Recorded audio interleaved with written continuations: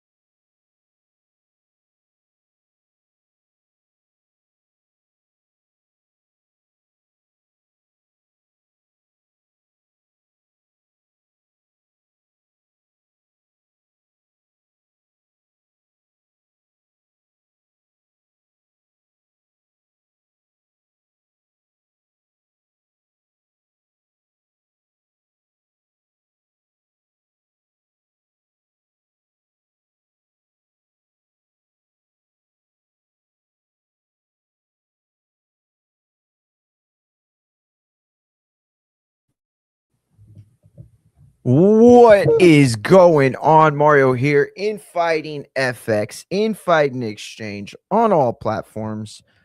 It's a good show today. It's a really good show today. Let me tell y'all, we got Bruce Gas coming through in a few minutes. He's walking the dogs coming through. He's gonna break down all the boxing topics that we have today. Kind of a lot, a big boxing weekend this weekend. That was for sure. And then we got some wrestling stuff. The wrestling stuff is not going to be great. I'll be honest. So boxing topics we're going to talk about first and foremost. Xander Zayas, and Boots Ennis both have agreed to fight in June. The paperwork appears to be signed. You know, these days I never know what's like a stunt and what's not. Hold on, let me just. I told her throw her ass back so I could bust like a bubble. South Memphis in this bitch. Now you know you in trouble because ain't nothing but a P thing, baby. All right. I told her throw it back so I could bust like a bubble. South Memphis in this. Now you know you in trouble. All right, cause ain't nothing but a infighting thing, baby. Too loped out. It's going crazy. All right. So anyway, welcome back to the show. Sorry we didn't get to go live this weekend. It was planned to go live. I actually had my equipment at the house. And just the night got away from us. We had everybody in town, or not in town, but we had everybody at the house. So we didn't go live, but shout out to Machine Gun Matt. He held everybody down on his channel. They went live and so anyway, got to see the fights, got to enjoy them, got to see two legends of their respected legends is a hard word. Listen, that's what we're going to talk about. We're going to talk about it, right? Is Keith Thurman a Hall of Famer or not? Probably not. Honestly, that's probably not. I'd say PBC wasted a lot of his best years, or maybe he did. Who knows? I don't know. I don't know for sure. All I know is that that's a theme that's reoccurring with PBC, right? We can look at a lot of the fights that we either never got or were never really like materialized the way they were supposed to be. And so we're left with this like really sour taste in our mouths as it relates to Keith Thurman. However, there's a fighter in Sebastian Fundora who's going to go on and fight and continue to wreak havoc as a giant in the land of 154. There's this idea about whether Fundora is a cheater, and this is funny. I love it. It's hilarious. Like, casual fans are, man, they can be retarded, right? Like, man, I'm sorry, I shouldn't have used that word. Damn it, I keep forgetting. Anyway, yeah, they're a bunch of dummies, aren't they? I did my best to spread a truthful narrative this weekend. Because no, Sebastian Fundora is not a cheater, and we're going to get into why he's not a cheater and why he doesn't have the frame of a heavyweight, despite the fact that many casuals and maybe even hardcores don't understand the word frame and what that means. It's not related to height, by the way. He's not even, if that's how you said, if that's your idea of frame was just height, well, then not even heavyweights are the frame of Fundora. I mean, the average heavyweight's like 6'1" or something like that. Maybe just under, maybe just over 6 or just over 6'1". But yeah, the average heavyweight from like the 1900s on, I mean, it's actually probably like 6 foot or just under now that I think about it.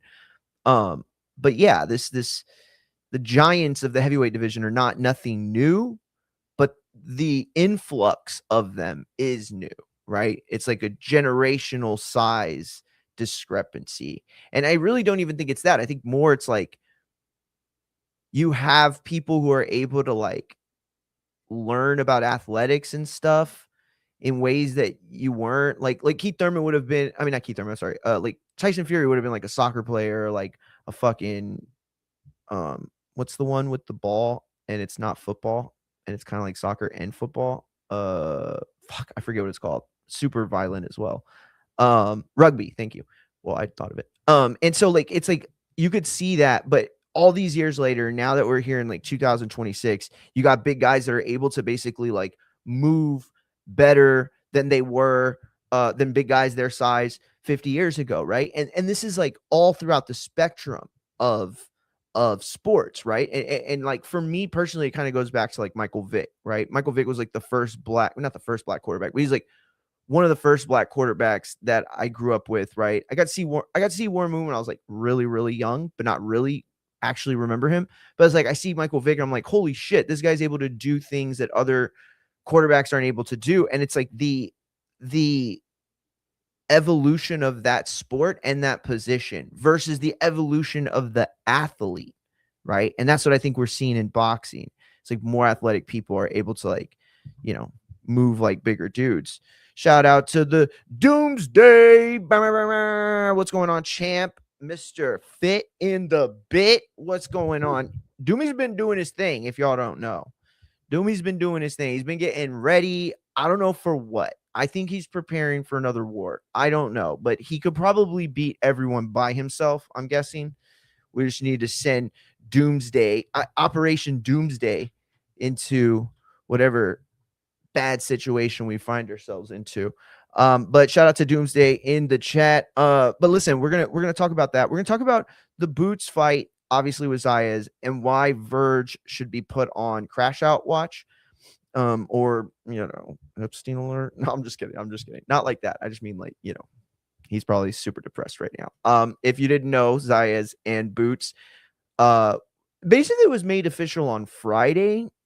If you watch this program and read fightsatw.com and keep up with me and or Abe on social media, then you would have learned that this fight got basically done on Friday. And then it was kind of soft launched on Saturday.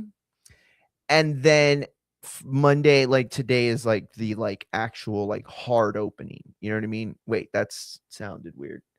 Is it hard opening? That sounds weird when out of my mouth, right? It's a soft opening. So is there a hard open? That I'm gonna stop saying that. So the thing is that we got this fight now served on a silver platter.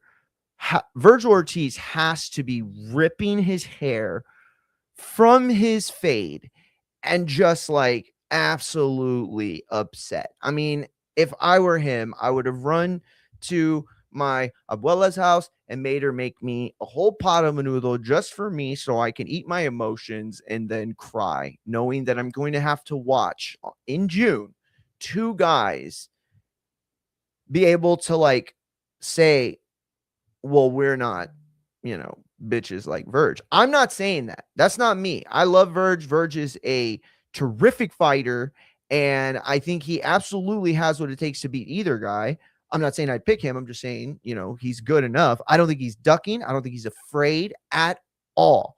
I do believe casual fans are moronic for the most part. So the narrative will start. Verge will be hounded by probably bots or people that are actually in the camp of Boots or whoever else, right? Trolling and talking shit. And so he's going to have to put up with this shit for like months, all the while having to go to mediation and have it out with Oscar De La Hoya, right? Over paperwork. I mean, just the absolute thing a fighter would never want to do. Dewey said, hard opening and mouth all in the same sentence. What are you doing to yourself, brother? I know, dude. I know. Thank God Mex is in here. I'll see what to clip that shit real fast. But the thing is this, right? Verge was on the verge, right?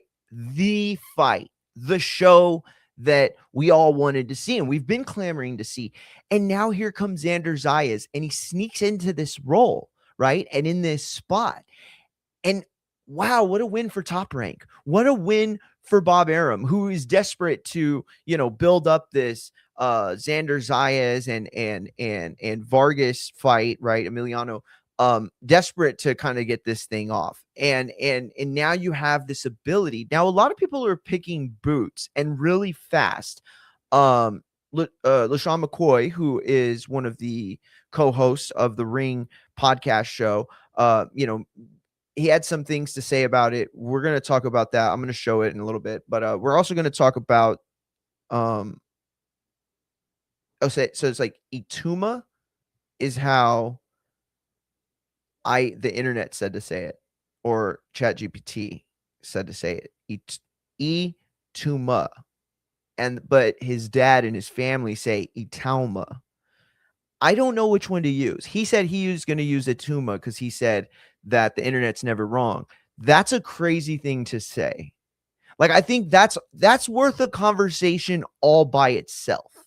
That Moises Itauma has grown up in the age of electronics, that he would say, no, father, I don't trust your historical, you know, how to say it. I don't trust you and grandpapa and great grandpapa and the lineage of this family name. No, I trust Google.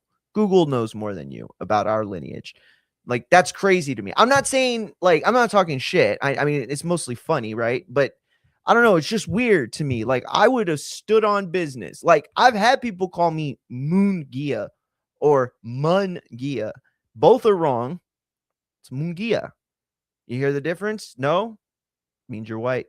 No, I'm just kidding. I'm white too, so it doesn't matter. So like the thing is that you have this thing where the age of technology kids are like, nah, I believe technology over my father, who gave me this name, by the way, from his testicles.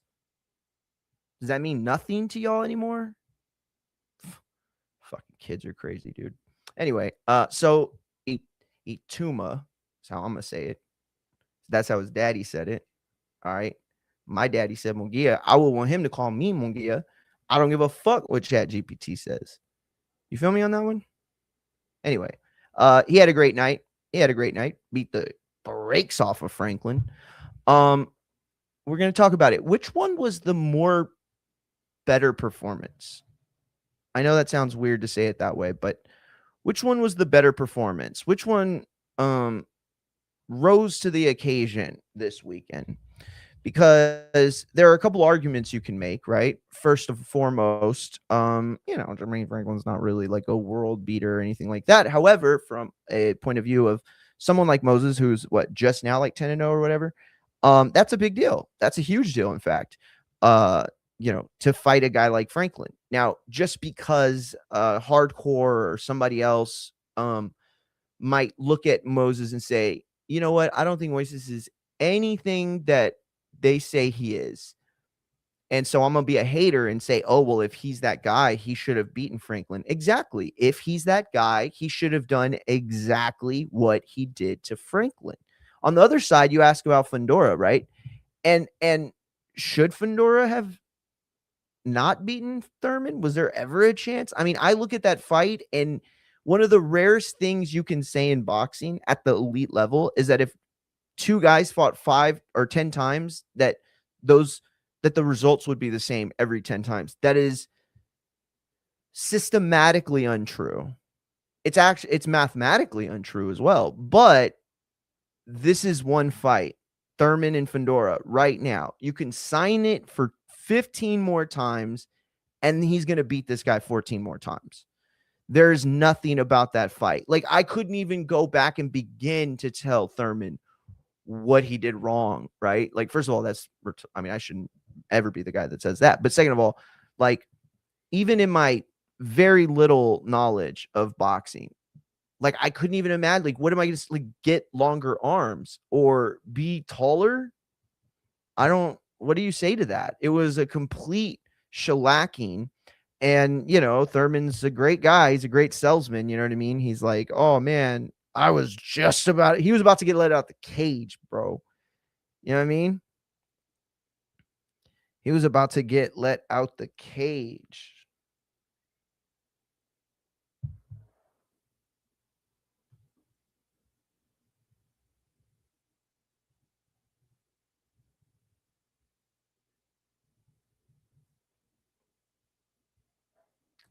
All right, let's see.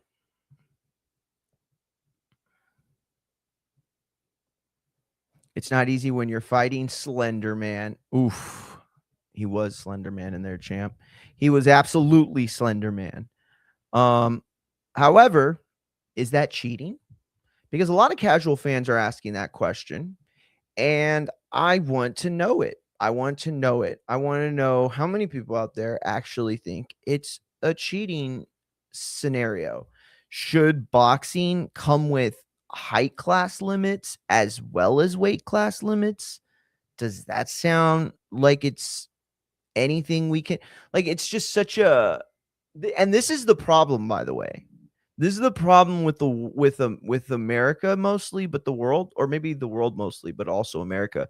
It's like you can't expand your minds to understand. Like you watch football, a sport where the 11 men on the field, or I guess the 22 men on the field, are all in various sizes, right? You have in the backfield smaller guys, right? Or on the offense, finesse players that are going to be typically lighter and shorter and smaller guys in stature compared to the linemen, who are then compared to the linebackers and the ends, right? And so the further you get away from the ball at the line of scrimmage from the start of the play, the smaller guys get. And yet they're all on the same field. They're all on the same field of play. For some reason, these casual fans can watch football. They can watch the NFL and say, oh, there's nothing wrong with a fucking giant tackling a quarterback who's fucking half his size. There's nothing wrong with that. But for some reason, Fundora, who makes the weight class, is cheating. Cheating is not the word to use. Taking advantage of his extreme height. Sure, we could say that. We could definitely say that. Shout out to the Champ Machine Gun Matt in the building. Oh, I need to do me that that wrencharoo. Hold on, Dooms. Let me wrencharoo you. Oh, please don't be signed into Mario. Damn it. Every time.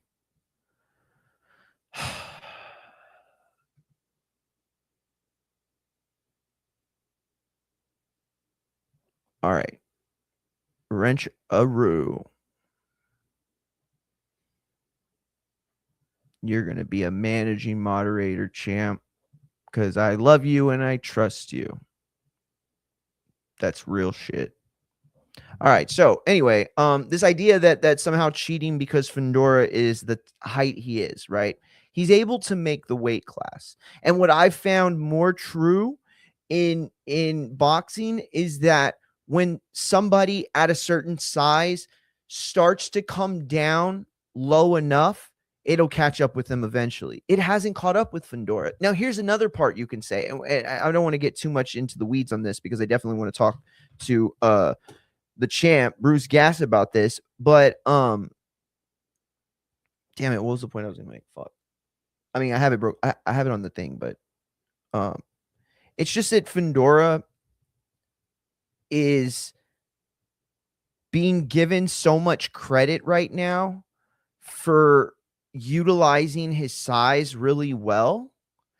But where were y'all 4 years ago or over the last 5 years when he wasn't? You know what I mean? Like how quickly can you tell me you're a casual fan? By telling me how much of a fucking bullshit job it was with Fundora being as tall as he was. Because then that tells me that you haven't seen any of his fights where his height actually kind of worked against him in a lot of ways. I mean, not in an advantage towards his opponent, but in a disadvantage towards his whatever. Fun fact, Mario dresses as Bret Hart at night so he can sleep. Maybe. It's weird that you said that because I wore my Bret Hart socks to the golf course yesterday morning and everybody kept talking about them. So that's weird that you mentioned that. I was wearing a pink and blue shirt, so it only felt right that I wore the Bret Hart socks with it. So, you know. That's not the same one though. Yeah, they had the Halloween one, I think. That's hilarious though. Oh, thank you. I appreciate it, champ. Appreciate that. Yeah. So anyway, so yeah, like this idea that Fundora somehow should, be forced to move up. Like that's another crazy thing. Like you can't force people to fight in weight classes. Like the only thing that can do that is money. You know what I mean? Like, and it's all part of the job. Rules and regulations, the way that they're set are set in a specific way. And now if you want to say that this is no longer fair because somebody can be a giant and still fight, Well, I think you're not acknowledging the percentage of fighters who try to use extreme size advantages in their fights by fighting a lower weight and how detrimental that ends up being. So you're all focused, right? The casual fans are all focused on Fundora. He's a giant. He's a giant. We have to get him fucking kneecap replacement surgery if he's going to continue to fight at 154. And yet at the same time, he's making the weight. And we have a 99% fucking percentage of boxing that shows you that it becomes detrimental at some point to continue to fight at a weight class that no longer supports you. But we're going to talk that about Bruce Gas. We're going to talk about Mayweather Pacquiao, who gives a shit. If you couldn't give a shit before, oh boy, you're not going to give a shit at all now, because apparently it's an exhibition. Wilder also coming up this week. We'll talk about that. Let's see. Matt said, Fundora is a dangerous man when using that range and height properly. He still makes a lot of the same mistakes, but he demolished Thurman. Well said, Matt. Well said. See, everybody keeps talking about, oh my God, it's so unfair. Look at Fundora. Yeah, but Keith Thurman, right? You're saying, yeah, look at Fundora. Yeah, but look at Fundora. Yeah, but Keith Thurman. Are we saying Keith Thurman was that guy in the ring? The guy that we all remember him in 2016? Like, what version of Keith Thurman do you think Fundora beat? Because I don't give him credit for really beating like the Thurman. Not at all. Whatever version of Thurman was his best, that was not it. That wasn't even remotely close to it, right? And he may still be able to talk the talk, and it might give you like some like nostalgia when it comes to Thurman. But make no mistake about it, Keith one-time Thurman was good at one time. This is no longer that time. And so I argue that, yeah, Fundora looked great. And you could say that the one-sided beatdown was height-induced alone, but then you're completely ignoring the most prevalent facets of that fight. And that is that Keith Thurman was never a 154 guy, and he's also probably washed up. And the fact that he beat some guy in Australia to set up a fight with another guy from Australia had little to nothing to do with any of this, right?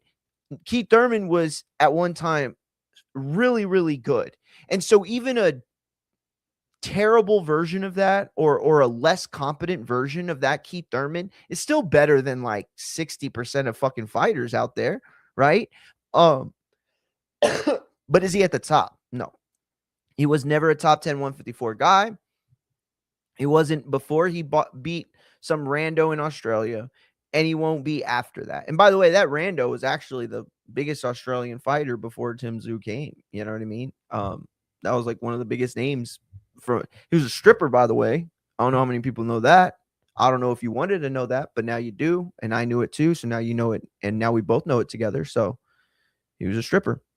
Now, was this a worthy $80? Absolutely not. No, not at all. The card was really good if it was like a free HBO card or like a free Netflix card, right? But the fact that any of that was on pay-per-view was kind of crazy. The main event was interesting. It's just unfortunate that we all got the most obvious answer, right? It's like, what is it, Occam's razor? Where it's like the most obvious scenario or most likely scenario is the scenario. And that's exactly what we got from this fight. It's like, hey, what do you think an old, underweight Keith Thurman's going to do to a younger, much taller, much more active Fundora? I mean, yeah, dude, I think Fundora is going to probably win for sure. And that's why we picked him here. That's why every time my brother mentioned possibly betting on Thurman, I told him not to, because of that. Hey, shout out to Alex Alberto Champ. He said, hey, in bed with a migraine, but I'm listening. I would say Fundora is the top star at 154, but Boots is fighting Xander for that spot now. Only Boots or Verge can beat Fundora at 154, in my opinion. Alex, I think you are absolutely right here. And not only are you right, but you're also on track with a lot of this stuff because you're saying Boots and Xander are fighting for that spot. They are. They are fighting for that spot. How and why? Well, two things are true here. Okay. And I'm going to show you all a post here in a little bit from somebody on X. And it was really good about how they were, they got to see Fundora and they didn't know who he was. They knew Thurman from a long time ago. And basically they became a fan of Fundora and they're interested to see the rest of the narratives playing on in the 154-pound division. And that's a big thing because the 154-pound division has long been like the workhorse division that isn't really thought of as like a premier division. It's the division that the cash cow from welterweight goes when they got fat. It's the division that, the big ass 168 guy asks you to go to when he wants that big fight with the welterweight, right? A la Triple G and Brooks. I mean, Kell Brooks. Kell Brooks. So that's what 154 has long time been. And the Charlos, or specifically Jermell Charlo, was able to like amplify the division in a way that it felt like it mattered. And then he undisputed it, and it felt like that 154-pound division was heading towards greatness, only to have it basically unravel completely, right? Jermell Charlo, whether you remember this or not, and I do not blame you if you've forgotten at all. I do not blame you if you have forgotten that it has been 4 years since that man undisputed that 154 championship belt, Jermell Charlo. And then you'll remember that right after that, almost, he went and completely shit the bed in his fight with Canelo. He shit the bed harder than Trump has done in the White House. Let me tell you guys, that shit was bad. But ultimately, it didn't even matter. Like, none of this stuff really did matter up until this point, right? Because Virgin Boots, that was the trajectory. Now we're knocked off course, right? Because again, Fundora wasn't nobody. See, look at what Alex said. Alex just said Fundora is the top star at 154. How many people were saying that 2 years ago, right? Give credit where credit is due. Fundora has come a long way. He looked good. He has done a really good job of figuring out or growing into his size. Who was I listening to? Oh man, I don't remember who I was listening to. It was somebody this morning, but they were saying how Fundora is kind of like Wembanyama, or like a lot of these other like taller guys, like what was his name? Grant? I forgot the guy in the NBA who's super tall. Like, these guys would get beat up early on. These guys weren't like phenomenal. They weren't dominating the boards. They were the tall guys. And a lot of times they didn't know how to really utilize their height in the NBA style, right? Because it's the most unpenetrable, like super high advanced style of basketball, right? And it's like too complicated to just be tall, right? You have to be good. And he is good, but it took time for him to learn how to be tall and good, or good at being tall, however you want to frame it.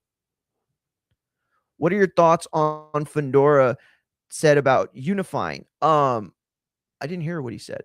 What did he say? Keith was never the guy to me. Kell, Bud, Spence, and Floyd beat Keith in his prime. You see, but that's, look, Alex, shout out Bruce in the building. You didn't get the link?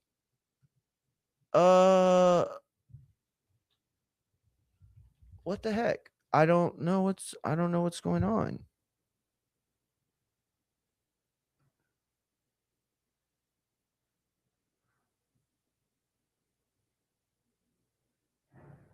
Huh.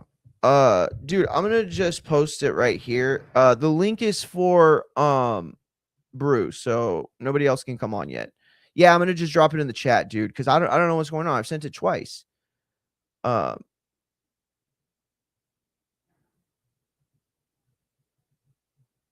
right. Real quick, I want to address Alex's thing before Bruce comes on. He said, Keith was never the guy to me.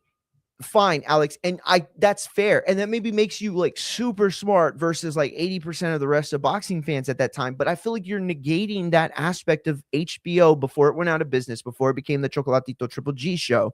Keith Thurman was being set up to be the replacement for Mayweather. Not only did boxing believe in him, but the network that was on top of everybody believed in him. They were ready to christen him as the new Mayweather. So even though you were never fooled, and that's fine, I believe you, because I'll be honest, I wasn't all the way convinced that Keith was that guy at that time. But the idea that Keith never represented the pinnacle, that's untrue. And you know why that? You know how we know that's untrue?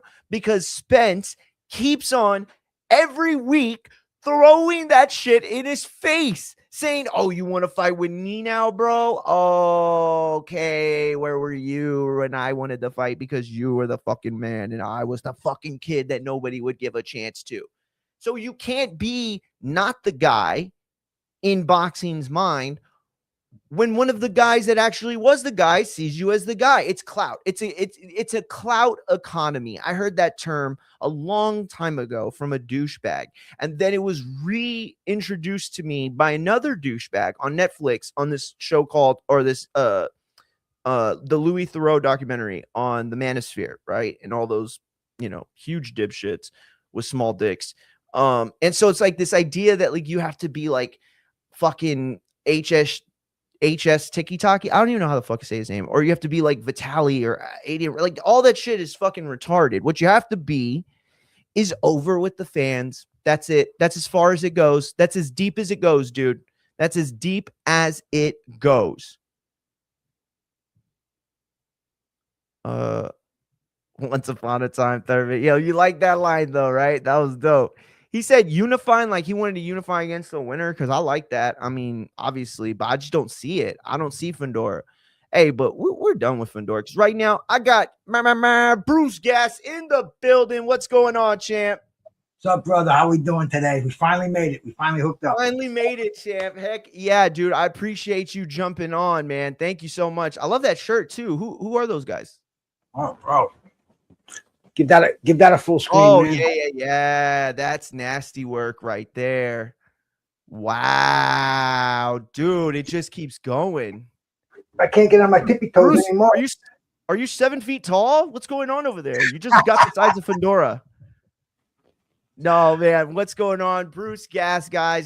This is somebody who I've been watching for probably about like 4 years now, maybe a little longer, maybe a little shorter, but somebody I very much respect from a boxing standpoint, also from a life standpoint. And I very much thank you, Bruce, for coming on and sharing your wisdom, you know, your story, everything with us, man. We very much appreciate it.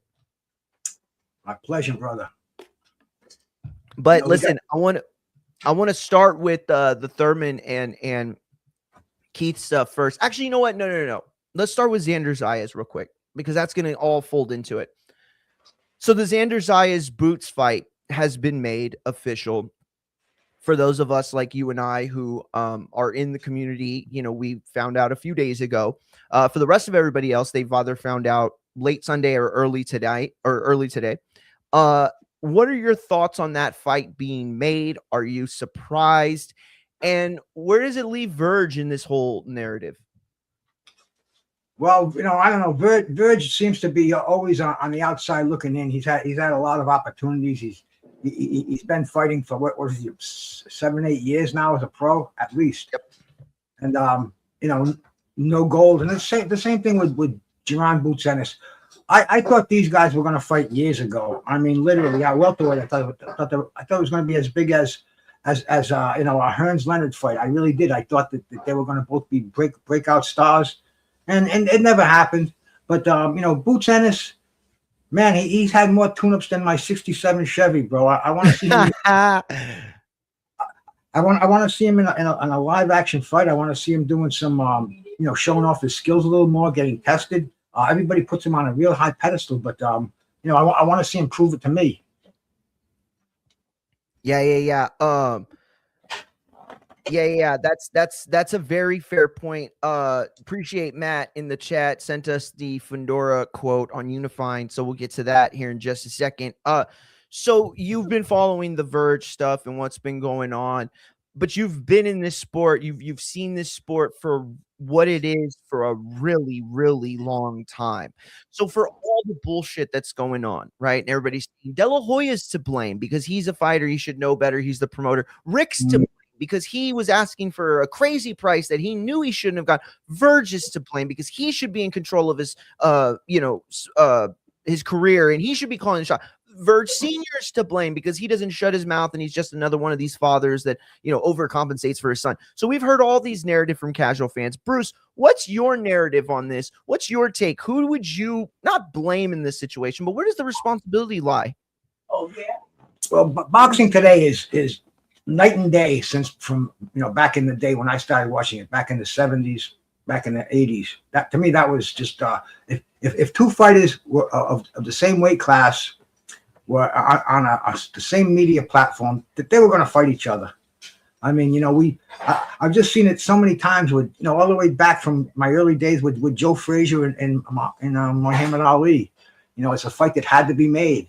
The fans demanded it, but now we demand a fight, and it's thrown on the back burner. They don't care about the fans anymore. There's so much business involved. So many people have their names on the contract. They got to get their 4%, their 5%. They got to get this.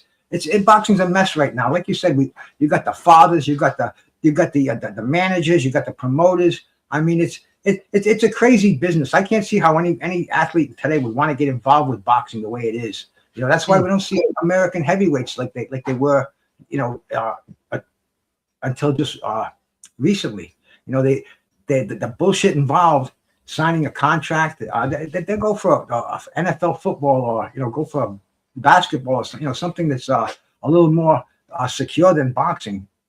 Boxing today is just really, really screwed up. You're absolutely right, man. I want to push back real quick though, okay? Because I've heard that all my life. I've heard, boxing was better in the 70s and the 80s and the 60s. And for a long time, I believed it because I didn't have any sort of like historical, reference points. And growing up in the late 80s, early 90s, Sugar Ray Leonard, Thomas Hearn, these were iconic names, right? So like I had no reason to challenge them at 5 years old in their, iconicness, right? However, Four Kings, the documentary, shed a spotlight for me that was very telling because I saw Sugar Ray sort of playing that A-side role and his promoters sort of trying to do what we've seen later on. And maybe it wasn't as prevalent back then, but the Four Kings documentary showed me that for as long as boxing and television have been married together, that there is somebody trying to pull strings in the background to milk more money out of the system. Well, the thing about that is back then, yeah, they were divas, but they earned that right to be divas. You got these fights today with less than 20 fights, and they're making all these outrageous demands. Guys like Leonard and Thomas Hearns and Mike Tyson and Duran, those guys worked from the trenches before there was social media.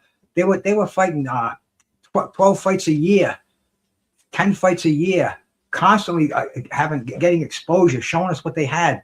It's just look at Moses Itauma, 14 fights, and they're putting him on the same pedestal with Muhammad Ali. People today just buy the sizzle and not the actual steak. They listen to that, dude.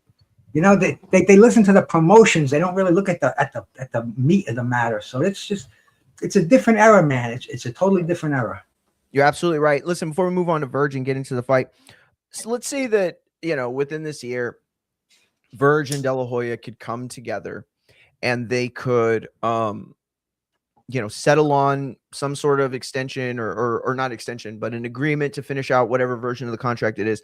Who in your mind could Verge fight that would A, make up for not getting the Boots fight, B, dropping that ball to Xander Zayas, C, take him out of the current narrative that fans have him in? Who's that guy that could make everyone forget how bad the ball was bumbled?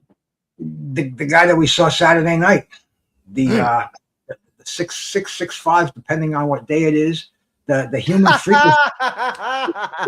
The dude has a bigger wingspan than Muhammad Ali.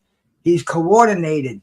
He's educated. He's articulate. I mean, bro, if Virgil Ortiz can get a fight with Fundora and take him out, I mean, that would be his redemption right there. Yo, shout out to Machine Gun Matt in the chat. He says Earl Spence, and I'll be honest, that is a good one. Not from obviously like a hardcore boxer standpoint or from a perfectionist standpoint, not at all, but from a standpoint of rebuilding your name to the casual fan that has now maybe lost not just interest, but even some belief in you. Yeah, I think coming back and beating that Dallas boy might give you that Texas clout that you need to take around the Hispanic territory. What do you think about Earl Spence? No? Too faded? Well, see, that's the thing about fighters from my generation. We have a soft spot for the guys from the 80s, from the guys from the 90s. Guys from your generation, you have a soft spot for Errol Spence and for the fighters of, and for the fighters like Keith Thurman. There was a lot of sentimentality from the I don't know, the X's, the Generation X's, a little, whatever it may be. I think it was the young millennials. I'm gonna take myself out of it. I agree with you, Bruce. I agree with you. I do. For some reason, Earl Spence and Keith Thurman over the last decade specifically had garnered what I believe to be a weirdly unfair amount of popularity based on not so much quality work in the boxing ring. Like, don't get me wrong, they beat a lot of guys that they could say they were in the top of the welterweight landscape, maybe even like the best or second best or whatever, but neither of them did anything to like become legends. And so I'm going to ask you this flat out. If neither of them fought again, Keith Thurman's last fight was this past weekend, Earl Spence was back in Terrence Crawford, are either of them Hall of Famers in your mind? Well, the Hall of Fame is very subjective these days, Very true. It's not a dyed in the world. You don't have to be this hard cast fighter. They're putting people in the Hall of Fame that a lot of the casuals today, or even the semi hardcores, they've never heard of. But as far as them coming back again, I don't think it would change boxing from my perspective. They had their day. It's a young man's game. I mean, Fundora's set 27 in his prime, and look what he did to that 37-year-old or 30, whatever Thurman was. The age factor, the inactivity, all that stuff, all factors in with these fighters now. They rely on their name. Look at Jamel Charlo in the audience the other night, man. He was smashed out of his gourd. He was screaming for a match with Fundora. Fundora's got his belt. I mean, I know what's going on. I see it, and I'm not buying it. Maybe it's an easy fight for PBC. They look at it from a business standpoint. Oh yeah, Charlo never lost his title in the ring. Yeah, let's build this fight up. And I mean, it's kind of like the Fundora Thurman fight. I knew what was going to happen in that fight. You go look at some of my you broke that down really well, dude. You were all over that shit. It was no contest, and I think that would be the same thing if Spence came out of retirement, if Jamel Charlo came out of retirement against the elite at 154, which is a bullshit division. And that's fighters don't do that anymore. You know what I mean? Like, where's the last time a fighter just grabbed his nuts and said, fuck the advance, fuck the deal, fuck the network, fuck all of it. I'm going to go in there because I want to be the best and I want to show that I'm the best. At the same time, that virtue's been lost because now you just have very good promoters who are basically very good narrative tellers, who are basically just great storytellers, spin this idea of who the best and what the best is. I mean, you got Zuffa basically acting like they've already taken over the sport, right? They've signed massively overpaid for one fighter and one fight. And that's another thing we should talk about probably in a little bit is the fact that there are rumors that Regis Prograis put Zuffa and Dana feet to the fire and squeezed another $1 or $2 out of him, threatening to walk out on the fight. They literally have no one to replace him. This is all speculation. I'm not going to say where I'm hearing this, but from what I've heard, he basically found out they had no backup plan and he squeezed them. And shout out to Regis for getting his bag. I don't give a fuck what anybody else says. Shout out to him. He's making his money. And you know what? While they're giving it, keep giving it. I know a bunch of people in the media who are quick to take that DAZN check and that MVP check and that Logan Paul and Jake Paul check. So, you know, why can't fighters do the same? Now I want to ask you real quick. This is a dumb question. I don't want to ask you because I respect you so much. And I feel like I'm going to ask this and you're going to like judge me for it. But I have to ask it because casual fans are obsessed with this narrative right now. Fundora, is he good or is he big? And Bruce, there is, I think, another option if you want to pick. He's good at being big. But what is he to you? Is he good? Is he big? Is he both? Well, you know, boxing is a sport where it doesn't matter how tall you are. It's the weight classes. No, that's not true. We know, but that's not true though necessarily, right? Because you could be the shorter fighter and lose power on your punches up, right? You could be the shorter fighter getting more punches, more ferocity. So it does matter the height, right? It just doesn't make it advantageous for one or the other specifically. Well, Fundora never took advantage of his height and his reach until you know. So I think since he got knocked out by Brian Mendoza, and Fundora has a very, very high IQ. He was accepted into Harvard. He's going to learn a lesson by that.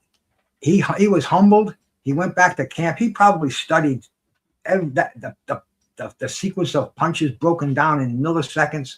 He's not going to lower that right hand when he throws the straight left. You know, he's going to learn not to expose his chin, not to go straight back. I mean, these different aspects. And I think Fundora is putting that together where, I mean, you know, we've seen fighters like Nikolai Valu, and even going back, way back before my day, there was the heavyweight, what the hell? Oh, shit, man. I was talking so much, I ran into a blank, but there's the... Well, Value is the perfect one for my generation. If you are a hardcore fan from my generation, he represents exactly what you're talking about because he just was big. That was it. I mean, he was this big guy with a big face and big hands, and he looked like he had giantism or whatever it's called. And who the name that I just misplaced for a second was the legendary Primo Carnera. A heavyweight champion. Yeah. Hey, you know, Grant was really tall too, by the way. So was Alexis Arguello. Hey, by the way, you know who Fundora beat out, right? To be the tallest non-heavyweight champion was Thomas Hearns. You know what I mean? How many people look at Thomas Hearns and say, well, he was just really tall? You know what I mean? Nobody does that, right? Nobody does that. Well, back in the day, Hearns was looked at as a freak. He was looked at as an anomaly. When he stepped towards the ring, his head was above everyone else. And when he was only 6 feet 1, Fundora is 5 inches taller than him. Fundora is really a freak, but he's got it together. He's coordinated, and he knows how to box. He loves boxing. He's a whole different animal. He's going to be really hard to beat now, especially with using that jab now, the footwork that he has. I think he's the best at 154. I think you might be right. In fact, I think it's probably true. That said, I'm excited for this 154 division. You know, Bruce, I've been around a long time. People don't realize that I've been in this game for just over 10 years now.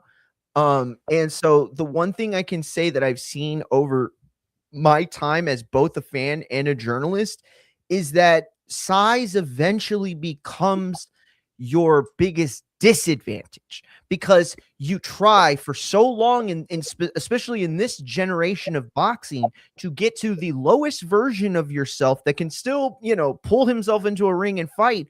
But because that's never been an exact science, there is some point where you lose it.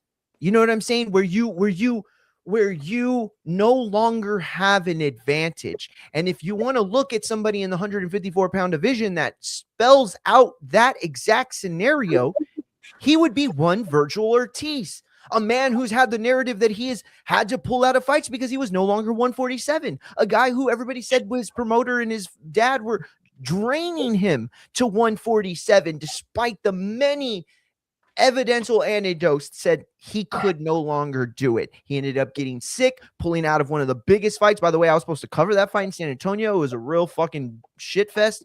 But at the end of the day, we see that that's not size is not necessarily the determining factor. By the way, Machine Gun Matt, you are the best in the chat. Thank you for that. Here's what he said. Crazy how Fundora is too big for 154 pounders, but Benavidez, who's cruiserweight, isn't too big for Canelo. Bro, where's the clapping? I'm going to give you the clapping here. Bro, that's it right.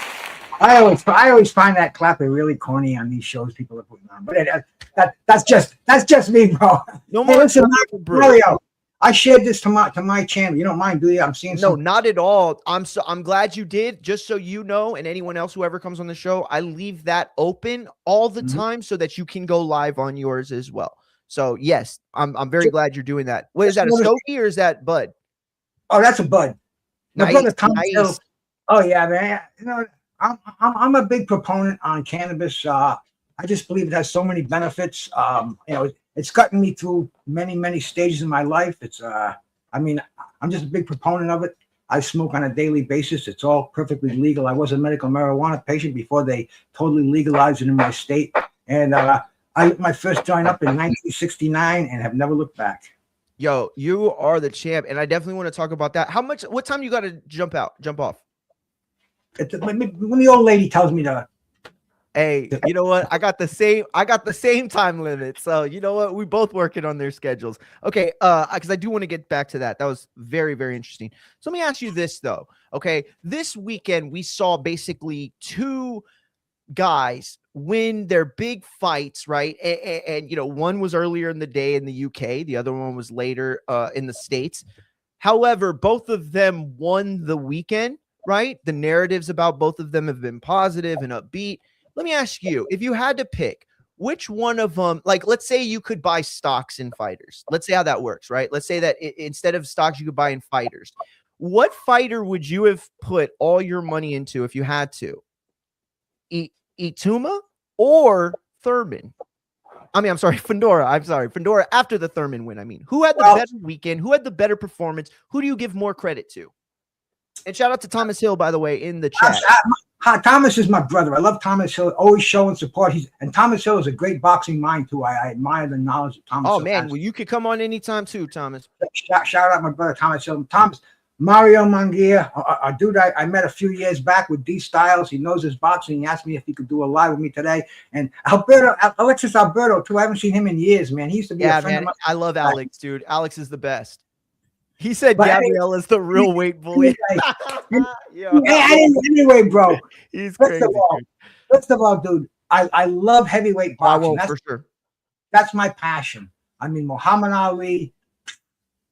I'm not going to say I love him more than I love my dad, but man, you know, it's a fucking toss up right there. We know. Wow.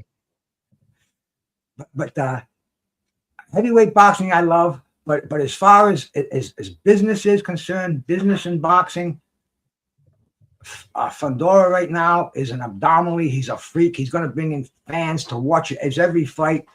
Look at this 7-foot wonder of the world, Andre the Giant over here. He's going to have that kind of pop if he keeps doing what he's doing. And that's who I put all my money in right now. Yo, I love you, Bruce, because you're the real one right here. I've been calling that man Giant Gonzalez for a long time because I felt like he was just tall and overhyped. You know what I mean? That El Gigante shit. But you know what? I think after Saturday, there is a chance he's Andre the Giant. There is a chance that he's that guy. You know, I love that I had you on because you were able to put this into perspective for me. This is a kid who is a Harvard accepted student. He is very smart. This is a sweet science. At the end of the day, you can look at guys like Floyd I shouldn't have said his name. Fuck. Damn it.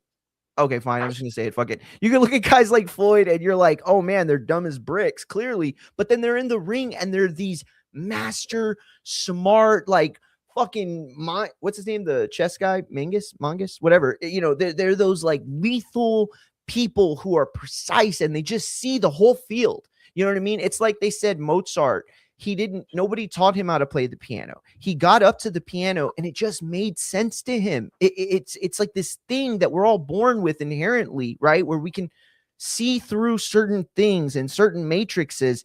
And no one should ever forget that Fundora is built of that kind of mind. You know what I mean? He's getting better is the point. He's using his height to his advantage. He's using his size to his advantage in a way that we've not yet seen. However, the pushback I do want to make, Thurman, was he even that guy? What version of Thurman did Fundora beat, Bruce, to you? The washed up version? Was he anywhere close? 80%, 90%, 50%? Totally washed up version. I mean, maybe he was 50%. But even that was was not enough for Fundora at the stage of the game. You know, Keith, dude, 6 fights in 10 years. How are you going to come in there and go against the best in the world? Brock Jarvis, the last fight, not even a household name in his own household. You know, and this is going to be your entrance to fighting the best in the world. Not even close, man. Not even close. I didn't think he had a chance. And I thought he was probably about 50%. And you know, I mean, people are forgetting the guy's 37 years old. That for a boxer is old. I didn't have a lot of miles on him, but I mean, you know, I'm into my body. I take care of my body. I work out every day. I eat the same foods at the same time. I mean, I'm just, you know, I don't want to rot away. And that's what we have to do. We have to keep ourselves going. And the body just breaks down. The back hurts for no reason at all when you reach 40. So your knees are going to hurt, you know, in your late 30s, and you're just not going to be the same as a cat in his prime, in his late 20s. So that right there, you know, that was a big red flag, and then everything else that went along with it, the inactivity, the great stuff that Fundora's been showing us lately. I thought it was going to go in 3 rounds. I give Thurman credit for lasting 6 rounds, you know.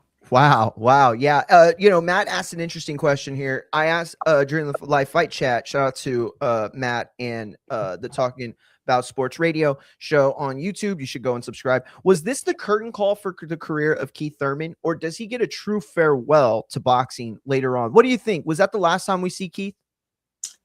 Well, apparently he says it's not. So I'm going to give him the benefit of the doubt if he wants to go after some of the some fighters, because let's face it, man.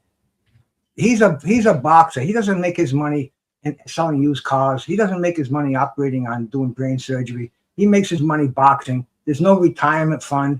You know, the way that the investments are, I wouldn't bet that he's in the blue chip fund. You know, he wants to make money. He has to box. He still has a name out there. I think he's going to fight. I think he's going to fight again. I don't think he wants to go out on a losing note. And he was note like that. Sour grapes, and you know, he was talking about referee giving him 4 more minutes. Yeah, that was bad. His face looked like something that came out of the butcher shop. Looked like Omaha steak advertisement there. I love the stoppage. I thought the stoppage was great because, see, watching boxing as long as I have, this is what I've noticed. I've noticed that referees will operate in trends, right? And so there was a decade of my life where fights I felt were being stopped so late. I mean, literally like 4 to 7, 8 years stretch of boxing. I mean, we just every year or so we saw these moments, and it happens all the time, right? But on bigger, more high profile fights, it would happen. And then we started seeing fights get stopped too soon, you know? And so it's like this back and forth, you know, tug of war. And I feel like you're always better to side on, you know, being careful with the fighter, right? Be more careful with the fighter. And that's the other part. When you watch boxing as long as someone like you, Bruce, you know that it's not the big, you know, knockout punch you have to fear. It's the times when you're out on your feet, taking indefensible. No, wait, I forgot to say, but like punches you can't defend, right? And so that's the toughest part of it all, I think. Shout out to Albert. He said, it's funny, we talked about age, but you're mad at Floyd at 49 years old, not wanting to put his record on the line. I'm happy if the Manny rematch is an exhibition. It should be. Yeah, that's a kind of a fair point, Alex. I don't know. We'll talk about that. That's a very good point. We'll talk about that. So listen, I want to ask you now, or real quick, let me play this clip Matt sent us. Shout out to Matt. And I want to get your thoughts on it, Bruce.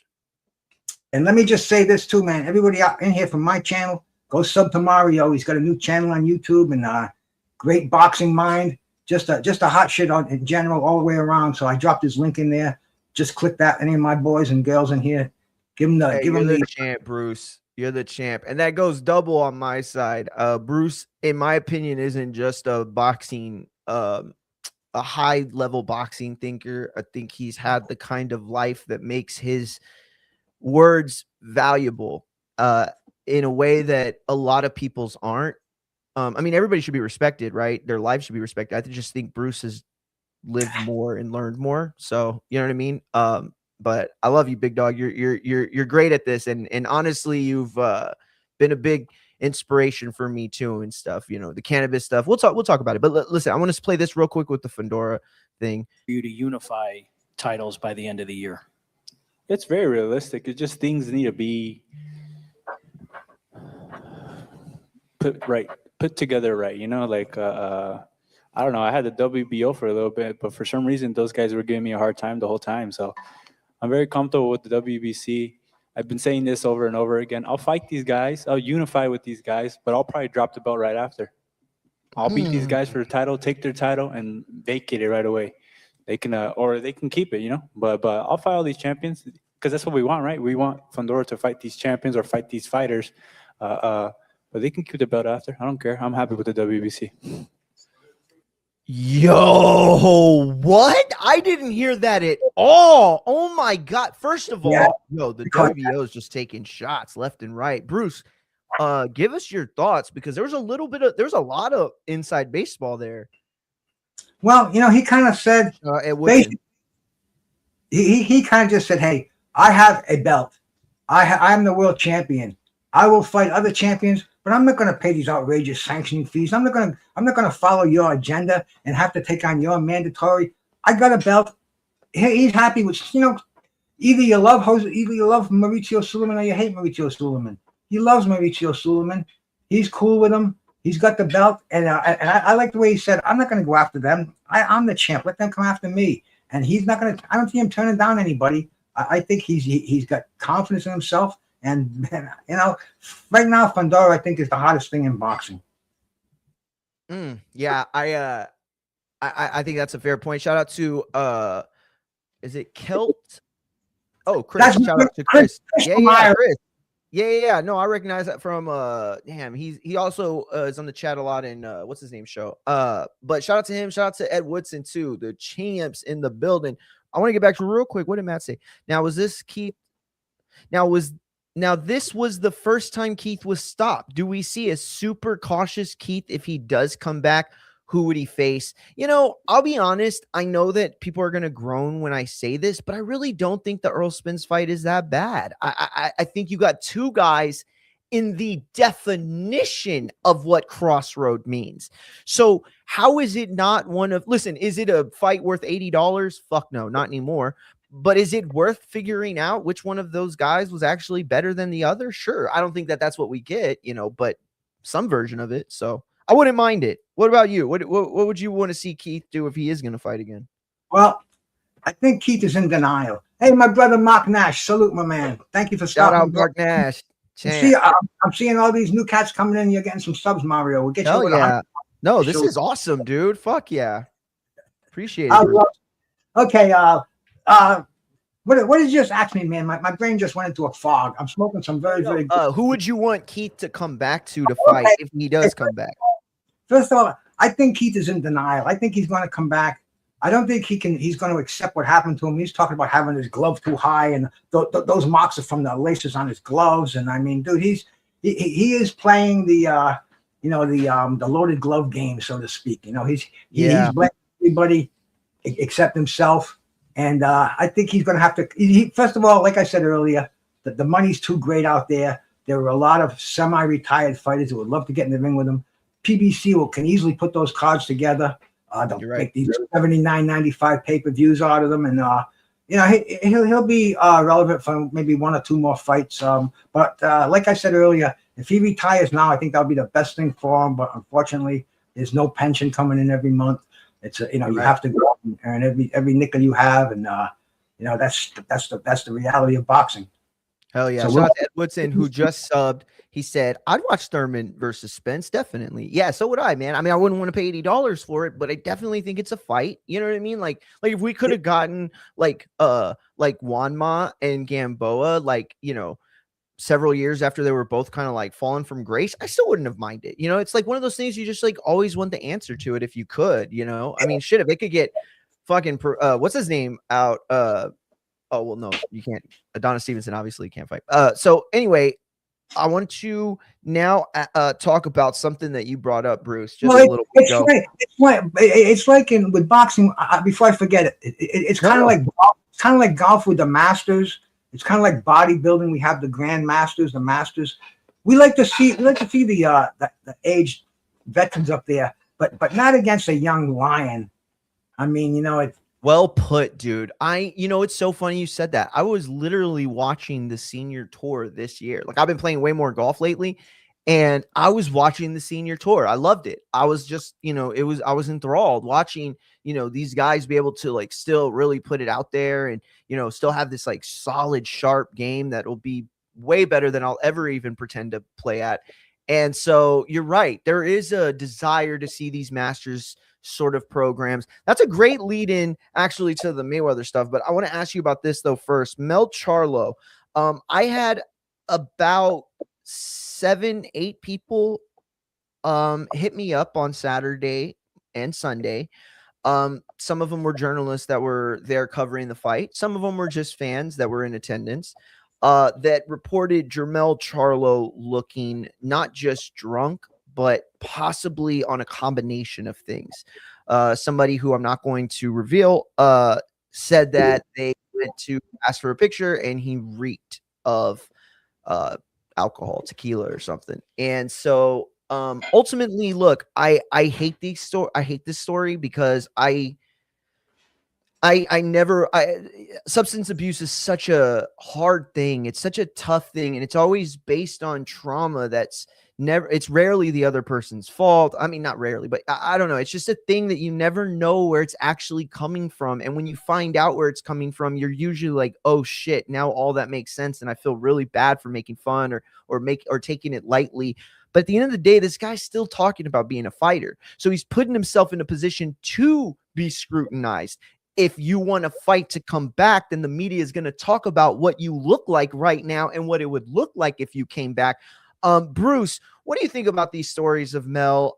Samson Lukwikovich said so. There were several other people in the media that had mentioned that. I believe Dan Rafael might have been one of them, but several other people have mentioned it. What is your take on Mel Charlo? Do you think he ever even fights again? What's going on? I saw that interview after the fight Saturday night. Alcohol is legal and it's plentiful and it's available. And after 3 or 4, I mean, you know, your mouth will say things the brain is really not comprehending, and it's a bad drug. I think if it was invented today, it would probably be classified like crack and heroin. But it's out there, and the fighters do abuse it. It takes a real strong person to know how to use it and not abuse it.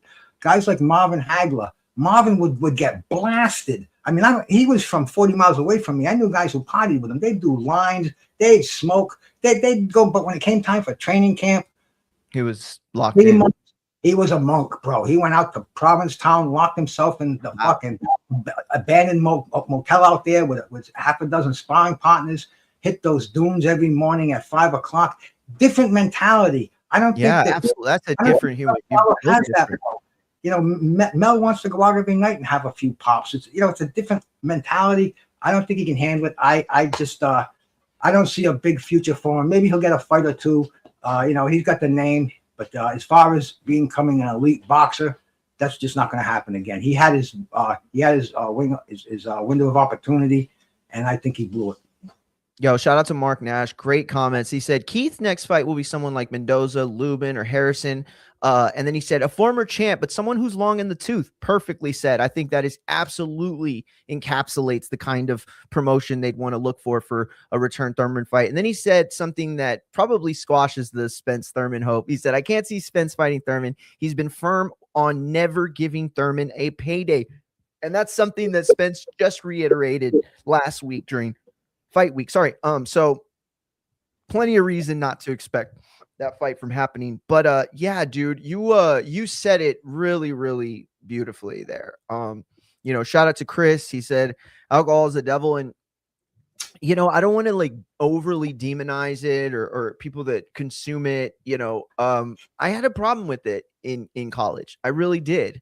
It was easy to just keep going. You know what I mean? And when you're that young and your systems are just like up, and you can like tolerate it, it just gets worse. And you just push it further and further. And I just don't think you can be both struggling with substances and the caliber of professional to get to the level that you need to get to, right? Like to fight at the highest level. This guy's talking about coming back and fighting guys like Fundora in the top of 154-pound division. I'm sorry. I don't think that that's possible when you find yourself unable to moderate your consumption, even in a situation where you're in front of all those people, right? Like when a fighter goes to a fight, they're kind of still working. Yeah, they're not fighting, but that's the promotional side, especially when the main event is in your division. Big moment that Mel could have capitalized on. Unfortunately, I think everybody left it with thinking, nothing's really changed. Shout out to Fishtiana.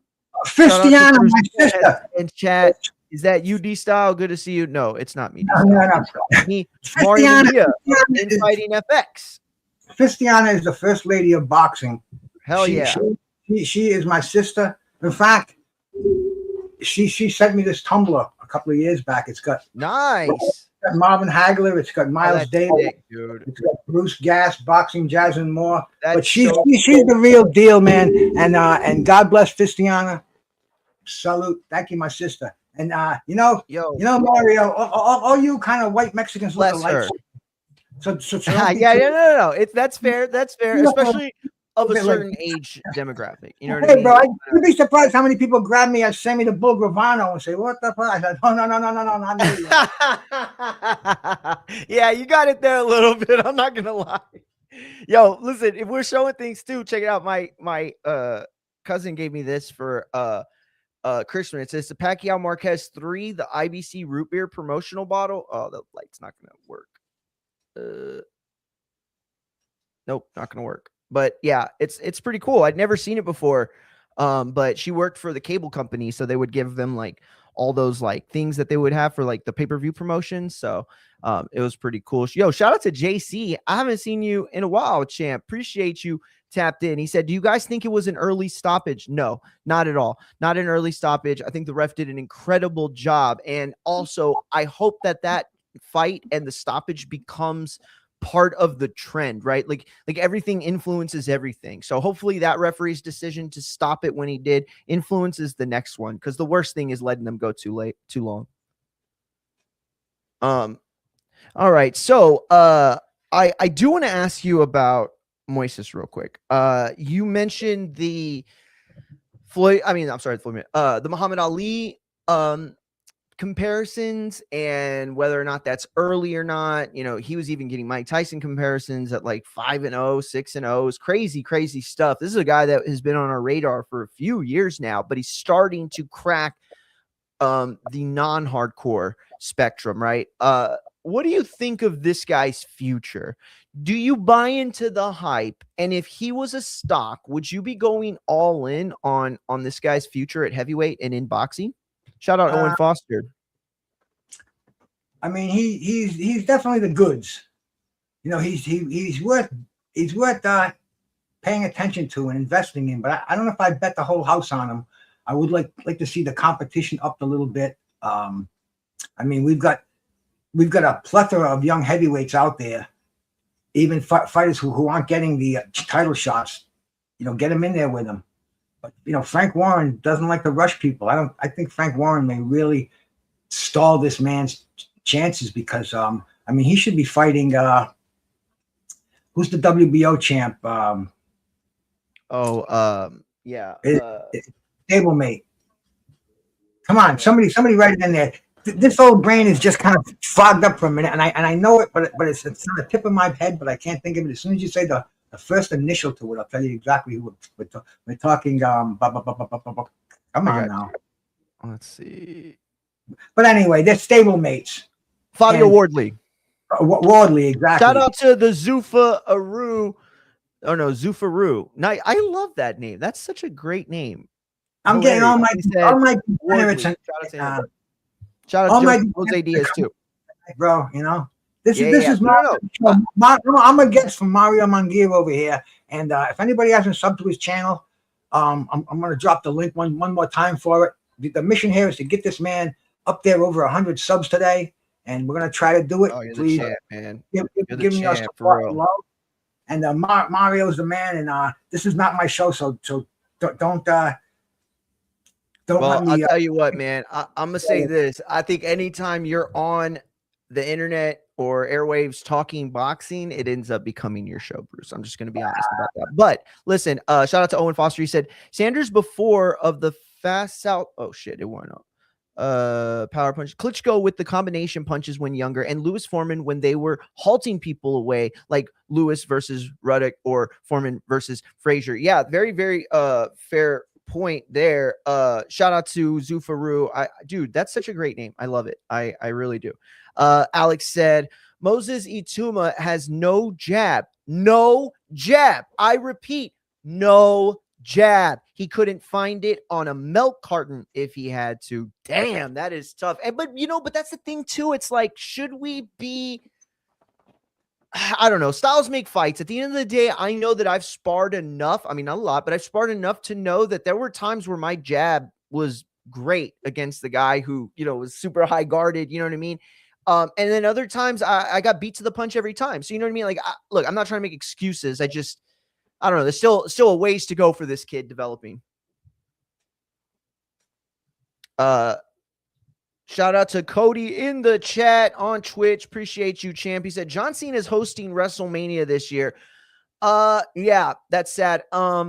Bruce, let me ask you that real quick, because I know that, you wrestling is something that you're, not a stranger to. This whole, no, yeah, not at all. So this whole TKO takeover thing, the WWE was on a generational run, it felt like, for a while in the beginning of the 2020s, and now the creative is stalled out. WrestleMania tickets are down, the prices are up, skyrocketed. Everything just feels like a big business takeover. And now John Cena, who had his retirement year last year and creative shit the bed with it, is being brought back right away to host WrestleMania.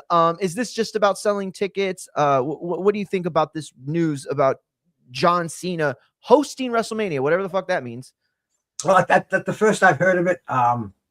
If there's nothing happening in the boxing world tonight, I'll jump over and watch Raw. Nice. If we can start from my wrestling kind of beginnings here, because absolutely, I love that. Let me explain how I fell into the sport and how and how it became a passion with me, and boxing kind of like became number one. But for a long time, wrestling was my thing, man. I'm going back to when I was maybe even single digits and watching like Bobo Brazil and Haystacks Calhoun and Killer Kowalski on Saturday afternoon wrestling. And that intrigued the hell out of me all the way through my formative years, up until high school, when we got in the car and we went to a live event, me and some of my bros. And man, we said, holy shit, is this shit fake? I mean, they're not punching each other. I mean, this is a fucking theater of the absurd here. And we're saying, yeah, but it still kind of looks pretty good. Look at how big those motherfuckers are. And so, half of the people who would just fuck this. I'm done with wrestling. It's bullshit. But then there were some of us that stayed with it, and there were still a few believers in there. A few diehard in the world. Oh no! That's real stuff. Anyway, I still loved it. I knew what was going on, but I still loved it. I went to college and I attended tons of live events. I mean, I went to the Boston Garden and saw Bruno Sammartino and Ivan Koloff, Russian chain match, front row, where they were really bashing each other's heads with that fucking steel chain. You could see them cut small and coming up. Yeah. But anyway, you get this appreciation for it. But, and every wrestler I've ever talked to, they told me, no, every match there's never been a real match in my career. And I'm talking to guys who have wrestled 20 years in the business. It's all, we know what's going to happen, but they make it look so good. And that's the intriguing part. So anyway, I just got into following wrestling. And even like way back in the day, I bought a wrestling magazine, and it was a ring magazine, but it was wrestling/boxing. Oh, wow. I've never seen anything like that. Yeah. That's you crazy. Go back in the 60s, and a lot of them were like that, wrestling and boxing. And so then I got into boxing by reading those wrestling magazines, and I'm seeing some really, really heavy duty stuff going on in boxing that almost crosses over into wrestling, as far as the blood goes. But then I started watching boxing, and I'm saying, man, this is real. These guys aren't pulling punches or anything. Those pillows they wear, we had boxing gloves as kids and stuff, and we're punching each other. And these aren't pillows. And I got the love for boxing, but they were intertwined like that. You look at the old Boxing Wrestling Illustrated, they were one magazine. But keeping it going, wrestling was just so popular, but boxing took over. There's only so much you can really do, so much you can really, a dog can really only have one master. That's what it kind of boiled down to. And I slowly drifted to boxing. It was right around the time of the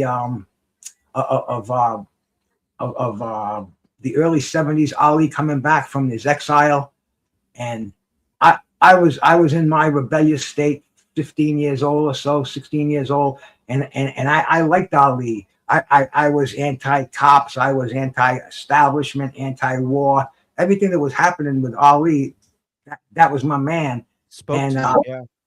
I watched at Saturday afternoons back in the day. We had ABC's Wide World of Sports, CBS Sports Spectacular, NBC Sports World. They had choice boxing title fights.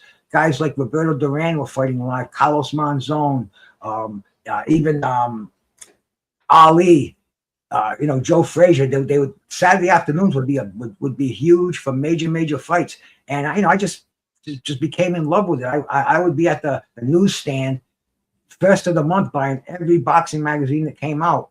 And, wrestling kind of went into the back seat, but there was still this love for it. Whenever there wasn't any boxing on, I would watch wrestling, and, I would attend. I mean, me and my girl, my wife now, we went back, we were dating. I'd take her to wrestling matches, and you like it?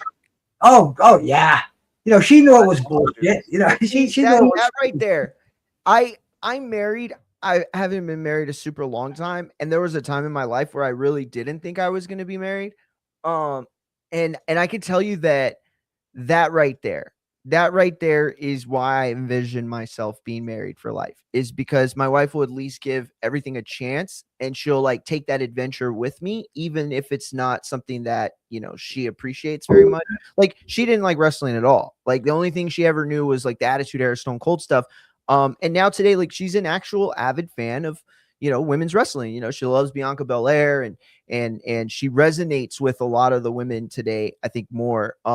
It's so, yeah, dude, I love your story because it speaks to this like dual side that we have, as men. Like, we see these things. Like, I watch wrestling, I watch MMA, I watch boxing, I watch everything, but it's all cyclical for me, right? Like, sometimes boxing, usually in May, right? And September to November, it's like that thing, wrestling, Royal Rumble, WrestleMania, right? So it's like kind of cyclical for me, but at the same time, it speaks to this desire for story and narrative, right? It's like that hero's arc, like Joseph Campbell type shit, right? It's like we all psychologically crave for like that hero's journey, and to see heroes and obviously not in like the traditional sense, but this idea that these people, they enter these camps and these fight camps, and then they go and they fight, and it's a metaphor for life. I think that's what makes it bigger than everything else. Shout out to everybody in the chat.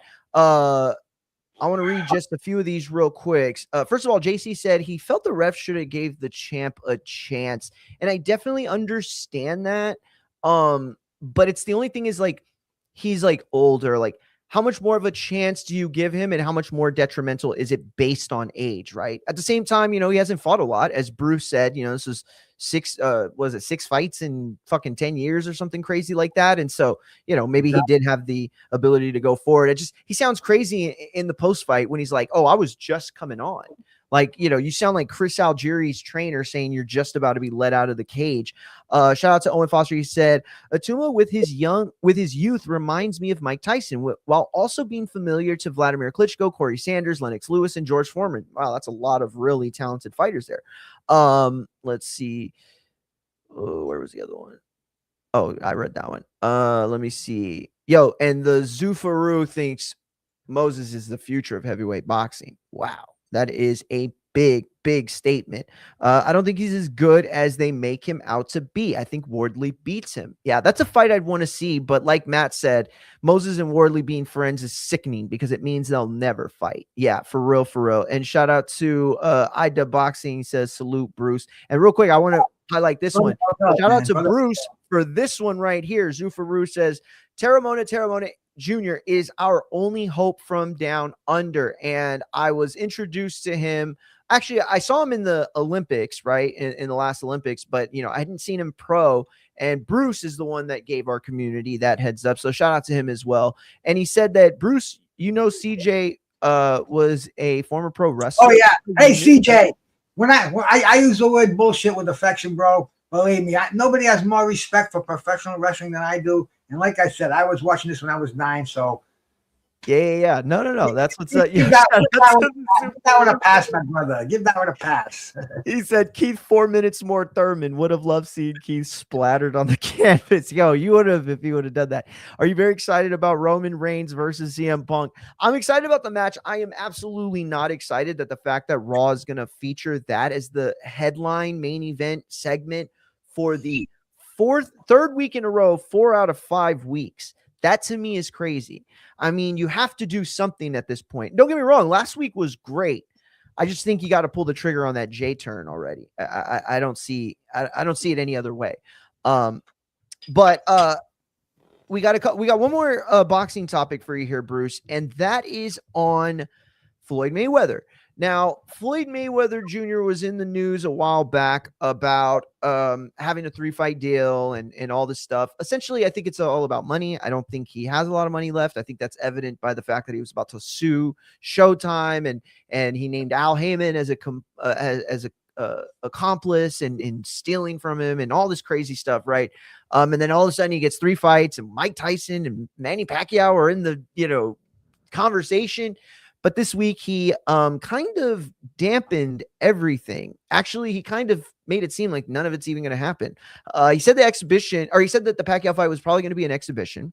The Mike Tyson fight seems to have been either changed locations or venues or both, but it is supposed to happen this month or this April, and there is no set place for it.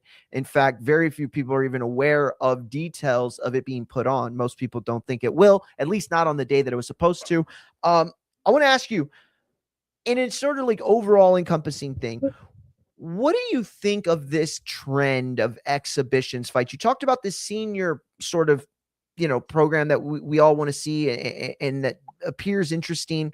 But specifically as it relates to Floyd Mayweather, what do you think about this? Did you have any interest in seeing a Mike Tyson fight, exhibition or not? And what do you think about the potential for the Manny Pacquiao not being a professional rematch?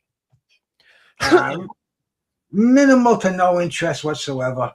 I'll watch them I'll stream them on Crack Stream. I just think it's it's the Grand Seniors Tour.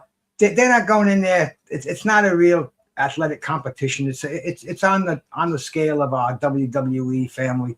I want to watch boxing because I want to watch 2 competitors where I don't know the outcome of it. I think Floyd's best fight for me was against the Big Show. So Yeah. that was the most exciting time I've seen him in the ring in my memory. So, Yeah, for really, sure. it's a non-event. I mean, I'll watch it and I'll talk about it till the moon comes out again. But it's really secondary as far as boxing goes. It's not real boxing. No. I agree. And I think that one of the biggest problems, right, is that these sort of fights with Mayweather, Pacquiao, like they're much more well known. They're much more, they get casual fans, right, invested. And the problem is like I saw a lot of people that are casual fans this weekend talking about Fundora, saying like, man, I haven't been watching boxing in a long time. I didn't know who this guy Fundora was. I recognized the name Keith Thurman, so I decided to tap in, and now I'm a fan of Fundora. And it's like that is the tried and true way of making fans out of fighters. And yet, when you don't have fighters fighting on TV that is capable of being viewed by the masses, right? And you put it behind a paywall, how are you supposed to make fans out of these people? You know what I mean? Anybody who's going to fire stick these fights is already somebody who's invested in boxing. So how do you get that next generation or those other people that are lapsed fans to join? And I don't think it's showing them fights like Jake Paul and Mike Tyson. I honestly feel like Jake Paul, Mike Tyson did more harm to the sport of boxing this decade that is going to have to be made up for. And maybe, you could say AJ did a little bit of that by breaking the jaw of Jake Paul, but Jake Paul introduced the money scheme into boxing. And now you have people like Aiden Ross who have brand risk fight promotions with boxing, and it's just not boxing. Like you said, do you see an avenue where boxing can capitalize off of this? Like, could we put like guys like I don't know, Fundora or somebody who's not as big, like on the undercards of these Mayweather Pacquiao fights? Like, how can boxing capitalize on this stuff? Or is it only the fighters involved only able to? Well, look what Jake Paul has done. He's brought women's boxing to the forefront, where he's had the women on his undercards, and now he's actually having the women highlight the card. So it's not the boxing like your dad had, Mario. It's different boxing today.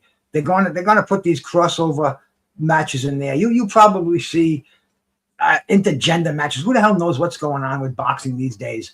But as far as the guys like Mike Tyson and Floyd and Manny fighting again, that it really doesn't interest me. Only if there's nothing else happening. But I'll watch it because because I like combat sports. I mean, I've said many times, if I leave the house and there's a couple of drunks going at it on the corner, I'm pulling over to watch that. Yeah, to watch it. Yeah, I always loved the saying, if you're standing in the middle of an intersection and there are people on one corner playing basketball, people on one corner playing baseball, people on one corner playing football, and then there's a fight on the other corner, everybody's going to watch the fight. Nobody's going to watch any of those other games or sports. And so I always love that because it speaks to this desire from humans to like take in boxing, right? Like I watched this documentary on sports one time, and it said how like sports was pretty much invented to like satisfy humans' bloodlust for war, because war had been a thing that was always around for like generations and generations, to the point where after World War II was over, like people needed like to have that kind of solidified for themselves, and then sports took over. But it's like boxing does that at a level that none of the other sports do, and it's still a sweet science. There's strategy to it, right? It's not just two bum fights going in there, like bare knuckle. I don't like bare knuckle. It doesn't appease me. To me, it doesn't seem like you can actually be good at it, only really lucky at it. But anyway, that's neither here nor there. Hey, by the way, Chris, that was hilarious. He said Bruce only liked wrestling for the chicks. He said, I don't like seeing people get beat up, though. I like a fair fight. Very true. Very true. Yo, by the way, Fresh said it again. This is the fourth person who thinks I'm D-Style. He said, salute to Bruce Gas and D-Style, which I will say salute to D-Style as well.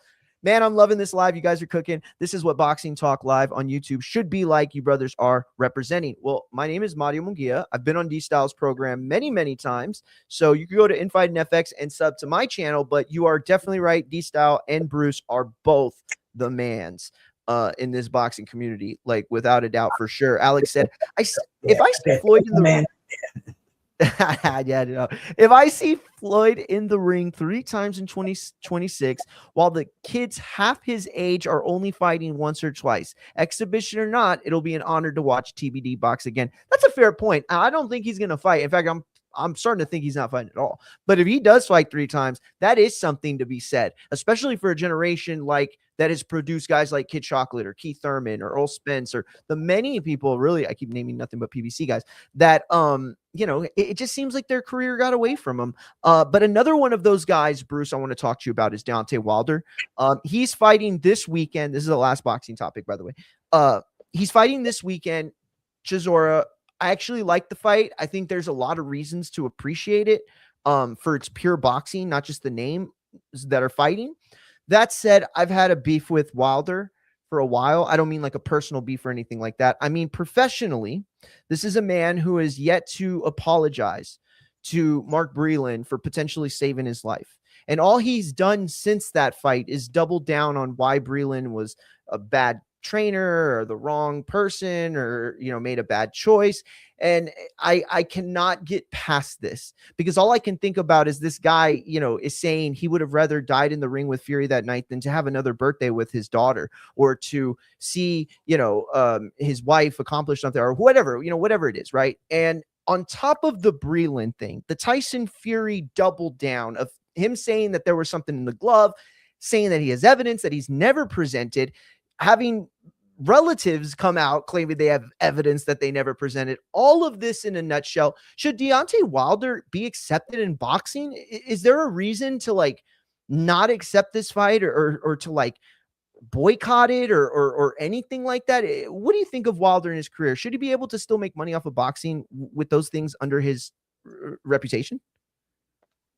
Well, see, Wilder, when he came on the scene, I just loved I love the story and I loved a knockout puncher, a knockout heavyweight puncher.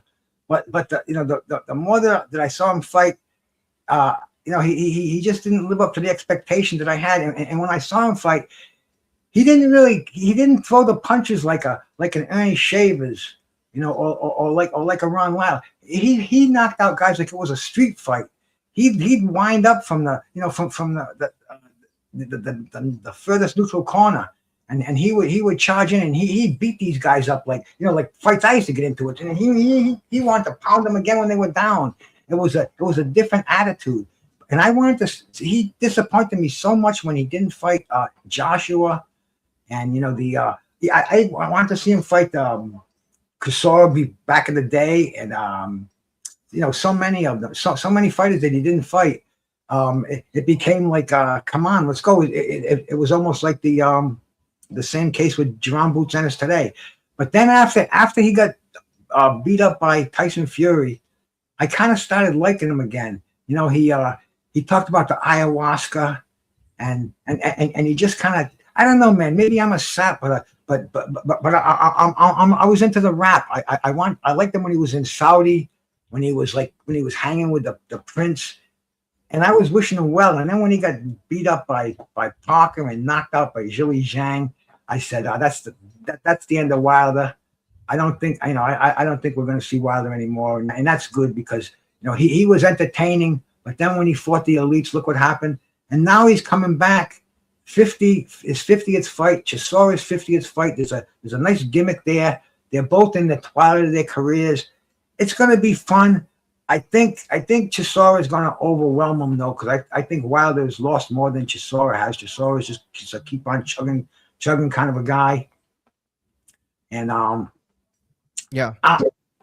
it could be a 50-50 fight because you never know if Wilder might get that punch back again, and if he fights him like it's a fight, if he fights him like it's a boxing match, like he fought Zhang, like he fought Parker, and like he fought Fury. Then no, but if he fights him like it's a fight, like he fought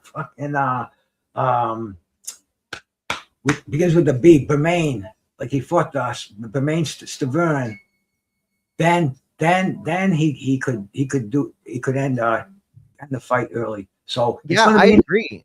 No, and I agree with you. Here's the thing: if somebody wanted to present the fact or the idea that this is a 50-50 fight, I would absolutely listen, and I think that is debatable. However, I do think that there is a slight edge to Chisora in this fight for a couple of reasons. Number one, Chisora he's been consistently inconsistent over the years, or maybe inconsistently consistent, in that there are times where he is solid and he seems locked in, and then there are other times where he seems like he is fighting tooth and nail with everything he has left, which isn't much, right? And I would say over the last 5 years, we've seen the better version of him every time he steps through the ropes, or at least a more prepared version, right? And he has done a lot of really quality things from fight to fight, to the point that we are where we are right now, and he's getting ready to fight Wilder. When I look at Wilder's timeline of things, I look at a fighter that, he could have had more fights. He could have stayed busier. I don't know how well he does with so much time out of the ring. And then when I look at the times that he's done well, the fights haven't lasted long. So what do you get out of an experienced fighter who may have had the most dangerous right hand in all of boxing, but he's no longer, it's not like riding a bike. Yes, you can get back into the rhythm of a fighter, but it takes time, right? Like a baseball player, like a pitcher, right? Jacob deGrom, one of the best pitchers of the last decade, he doesn't come out in March or April and he's just badass. That's not the case, right? Coles doesn't come out for the Yankees in his first game from the IL and just start pitching great. It takes time for pitchers to warm up. It takes time for pitchers to get into the groove of a full season. Similarly, for a fighter, it's the same thing. And I'm sorry, not, taking... It doesn't matter how much sparring you get. There is no substitution for the real thing. Who are you going to pick in that fight, by the way? And shout out to everybody on the chat. I will open up the link as well. Fissiana, I appreciate you. Yes, I was on D-Style's show a lot back then. Shout out to him. And so, yeah, don't feel any hesitation on coming on at all. I love Fistiana. She's great. She thinks all you Spanish boys look alike, though, so. That's, you know what? It's a fair point. I think if you have a mustache, you can get away with it. All right, I think Chisora is going to overwhelm him, like a lot of cats are saying in the chat. I just think, like you said, Chisora has been on the upswing his last few fights. He beat Joe Joyce. He's been himself. He really. The last time he was humbled, I believe that was against Tyson Fury a while ago, wasn't it? Yes. 22. So, yeah, I think as far as that goes, two fighters meeting right now at this time in their careers. Chisora is in better condition, and I think he's going to beat Wilder. But I would love to see Wilder nail him a couple of times, and make a good knockdown, drag out fight with it. And then I really don't care who wins the fight, but if I'm betting on it, I'm betting on Chisora.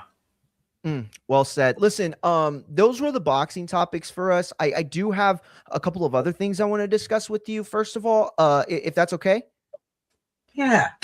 Okay. So we're gonna get away a little bit from boxing here. Okay, just a little bit. And the reason why is because I feel like, first of all, you have a lot of knowledge on the world and history and the way things have gone, which could speak to your ability to, put into easier terms for us to understand a bigger topic as it relates to the war. And the reason I want to bring this up, even though it's not like directly related to boxing, it is related to entertainment as a whole. We've seen Riyadh season in Turkey and Saudi Arabia and a lot of these Middle Eastern countries make a huge investment into sports washing their countries, which a lot of them, have pretty shitty human rights histories with them attached to them. And so, bringing the WWE, bringing UFC, bringing high level boxing, it's helped to commercialize their countries that have for a long time been problematic. Now we find ourselves in a war, and that war has had direct repercussions on the Middle East allies of the United States. While it's too early to say this right now, we do know that WrestleMania, for example, is going to be there next year. We do know that there are a couple Saudi fights that are being talked about as mega events, with Anthony Joshua's name being associated with it, Tyson Fury's name, even Tank's name has been associated with some of these major Saudi fights. What can you tell us, in your opinion, as far as where we are now? I know you couldn't say like, oh, this is going to end in X amount of months, or this is going to happen, but I just want to know what your thoughts are, and what you see as far as how this moves and how we'll be affected. I think the world is in a mess right now, and anything could happen. It's just so touchy. I mean, I have political views on it. I don't want to get into them over here because it's Sure. I'll probably alienate half of the people that signed up for you. I do that every time, so you know. But you know, I think it's a serious conversation to have, though. You know what I mean? Like, this is new territory. Yeah, no, the world is in a mess right now. You know, we want to see. I think Usyk is supposed to fight in Egypt in front of the pyramids next month. Yes, exactly. Yes. And I don't know, man. I just think that's just such a vital place in the world. How are they going to draw fans there? And look at the way the transportation is going right now. I mean, dude, the best place to be is right where you're sitting right now. I mean, it's a crazy world out there. How it's going to affect boxing, man? Who knows? You know, who knows? It's crazy. Does it give less leverage, though, to the Turkey side of boxing? Like, I don't know, because I look at it like this, right? There was a time where I thought Saudi would be untouchable, or like no longer at the precipice of this stuff, right? And that's not the case at all. I mean, Iran's first instinct was to just destroy as much, you know, good natured leverage that we've had with a lot of these allies. And so I look at this stuff, you know, the Egypt fight and WrestleMania and the Saudis and all that. And I think about the war that is going on between the sanctioning bodies and Zufa and Turkey, and everybody's kind of got their side, right? What about that aspect of it? The political aspect of boxing itself, like away from all that stuff, we don't have to, you know, associate it with that, but you see what's going on. You know, there is a war, right? The WBC has been very specific. The WBO, the WBA, we saw what the IBF did with Jael Pataya. What are your thoughts on that aspect of it? I just wish it would all end and we could get back to the way it was before this war. That's, you know, there's not much to say. That's changing the world events of everything. That's changing, you know, every sport and every event in the world was going to be there. I mean, Dubai was a destination. That was a place for many events from diplomats, people all over the world. And it's changed right now. You know, we just have to see what happens. I hope it doesn't change what's going on, and I don't know. It kind of makes boxing not that relevant when you think about it. You know. Yeah, absolutely. Listen, I'm gonna open up the link, Bruce. It's been awesome having you on, dude. I was, you know, hoping you can come back maybe in like another few weeks and we can do the other half of the interview where we talk more about, you know, your growing up and you know, maybe some of the boxing stories and wrestling stories you have for us. I would love that, man. Anytime, my brother. Anytime. You got people who want to come up here and share some stories. Yeah, absolutely. Bring them on in. Awesome. Okay. Listen, and if you have to jump off at any time, you know, just say the word, let me know. You know, I don't want to like take your, you know. Oh, I'm having a blast up here. Awesome. This is awesome. I'm glad. So I did open the link if anybody wants to jump on and, you know, talk about, you know, any of the topics we've talked about, any of the topics we haven't talked about, whatever you really want to talk about. It is more than okay to come on and do that. I do want to ask you though, while we're waiting on anybody that wants to jump on, Bruce, thoughts on the undercard for Fundora and Thurman. It was, you know, I think it was a solid undercard. It was a good undercard if it wasn't an $80 pay-per-view.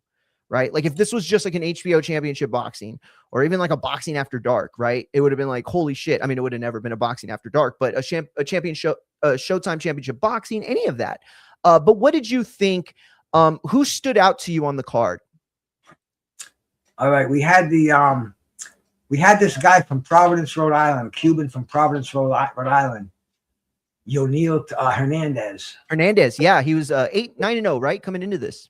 Yeah, he stopped Terrell Goucher, never been stopped before. Goucher, yep. The referee might have made a quick stoppage, but he was just showing so much class. It was like just a boxing exhibition, and that was good. But the fight that I wanted to see in the card was I wanted to see Sanchez and Ricardo Torres, and they let me drop the link in my channel because a lot of people are over there. Oh, yes. Thank you. My bad. I didn't even think of that. I'm so sorry. Thank you so much. Please copy the link and put it on yours. I didn't even think of that. I'm so dumb. not a problem. Oh, there we go. Fistiana's here. Go ahead and finish what you were going to say. I'll bring her on and unmute her as soon as you're done. I forgot what I was saying already. Well, you were talking about who stood out to you. You had mentioned the undercard. Yeah. We were supposed to see that heavyweight bout with Ricardo Torres. Yes. But Sanchez hurt his knee. Yep. They had to postpone it. So they moved the Brian Mendoza. No, they didn't have the Brian Mendoza and Tellez. That was also on the undercard. They moved Brian Acosta and Ronnie Rios to the is that the one they had a weird co-main event? It was but anyway, it was definitely not pay-per-view worthy. If Sanchez and Torres were on the card, it would have been pay-per-view worthy. But as it was, and Munguia was even rumored for a little bit as well. But I do want to ask you about the Kevin Newman stuff. But first of all, Fistiana, how are you doing? And also CJ, you'll be next. Hello, how are you? Oh, we're good. We appreciate you tapped in the chat and with all the great comments in there. Very much so. What did you think of this weekend's boxing? Well, hold on. Before I do that, I want to say hello to everybody. I'm not sure who that is on the bottom left, but hello to Bruce Gas. I love you so much. And let me apologize for calling you D-Style. And look, I'm not even gonna lie. It is the 1800 Añejo. But I do remember you. I remember you. I remember it's me, Mario. I remember. Oh yeah, that was perfect. Yo, she's for real. She remembers for sure. Yes, I remember from many years ago on that other channel. So I just want to say salute. And it just, like I said, I don't have my glasses on either. But and then on top of that, I told my husband, I said, "Oh, that's these." So hey, next, hey, Bruce said it's because Fistiana thinks that all the Mexicans look alike, but I know that's not true at all. She just thinks Mexicans with mustaches and beards look alike. No, I'm just kidding. I'm just kidding. But I do apologize, and I'm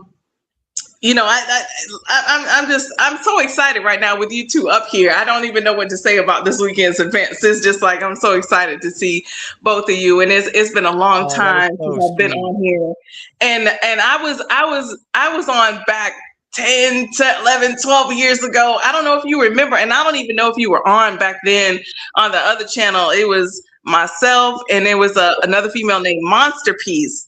But that was Monster Piece, yes. Oh shit, dude. No, you had a different name though. And I was Tasha J, and she was Monster Piece. Bro, oh my God. I haven't spoken with you in a decade or more. I know. And I'm just like, I'm so excited right now. I don't even know what to say right now. That was when I was just on the Boxing Voice. Like that's all Yes, it was. Dude, I don't think anybody but Super Mex is around from that time. I don't think anybody other than him remembers any of that because we were still on Blog Talk at that time. Yo, this is crazy, dude. I'm so glad you tapped in. I'm so happy that you tapped in. Yeah, I've changed my name a couple times since then. I was Ms. Boxing. Now I'm Fistiana. That's my name right now. Hey, I love it. I love it. That's branding right there. Hell yeah. And I have to introduce my husband. We've been married for about 9 months, and this is my husband. He's a boxing lover, so I'm just gonna introduce my husband, Fresh. What's going on, gentlemen? What's going on, man? Listen, she's giving me a brief history on you guys, and y'all sound legendary, and I can just tell. Bruce, I already know you from back in days. You know, I'm part of the Mac mob. I'm B-Mac's underboss. So, so yeah, but you guys, man, you guys are chopping it up, and this is what boxing talk should be really like. Even with you, Mario, you bringing up the current events and politics and all that involving how it affects boxing. Like, this is the kind of stuff I'm into. So you guys are cooking. I told Fistiana, you gotta tap in, man, because you know. So yes, I'm enjoying it. I'm just enjoying it. Hey, yes, sir. Cristiano, that's huge for me, for real, because you know that's what I want. Like, I loved my time on the Boxing Voice. I did, but it felt like, you know, it felt like the main strategy was like, let's let anyone talk that can like pay for it. And I'm not trying to be a hater at all. It's just that, no, I understand. That makes it, you know what I'm saying? Like, that makes it so that people that aren't going to offer anything to the conversation can. Right. And so, like, I would rather it be like, oh, we all learn together. Like, Bruce has said like a dozen things today that I've like not even thought about as it related to Fundora and Thurman and how to see Moses and all that. So, you know, first of all, let me ask you this though, Fistiana, what did you think of Fundora's performance? Was he that good or was he that tall? I want to give credit where credit is due, but in my honest opinion, I feel like he was that tall and Thurman was that bad. I need somebody else. I just can't. I can't give him that credit right now. I need somebody else. You know, you fought 2 times in 6 years. I can't give you that, and you're at a weight that you're not even used to. You know, okay, yeah, you had that one fight, but I can't give him that right now. But I do. He does know how to use his length. He knows how to use he knows what he's doing.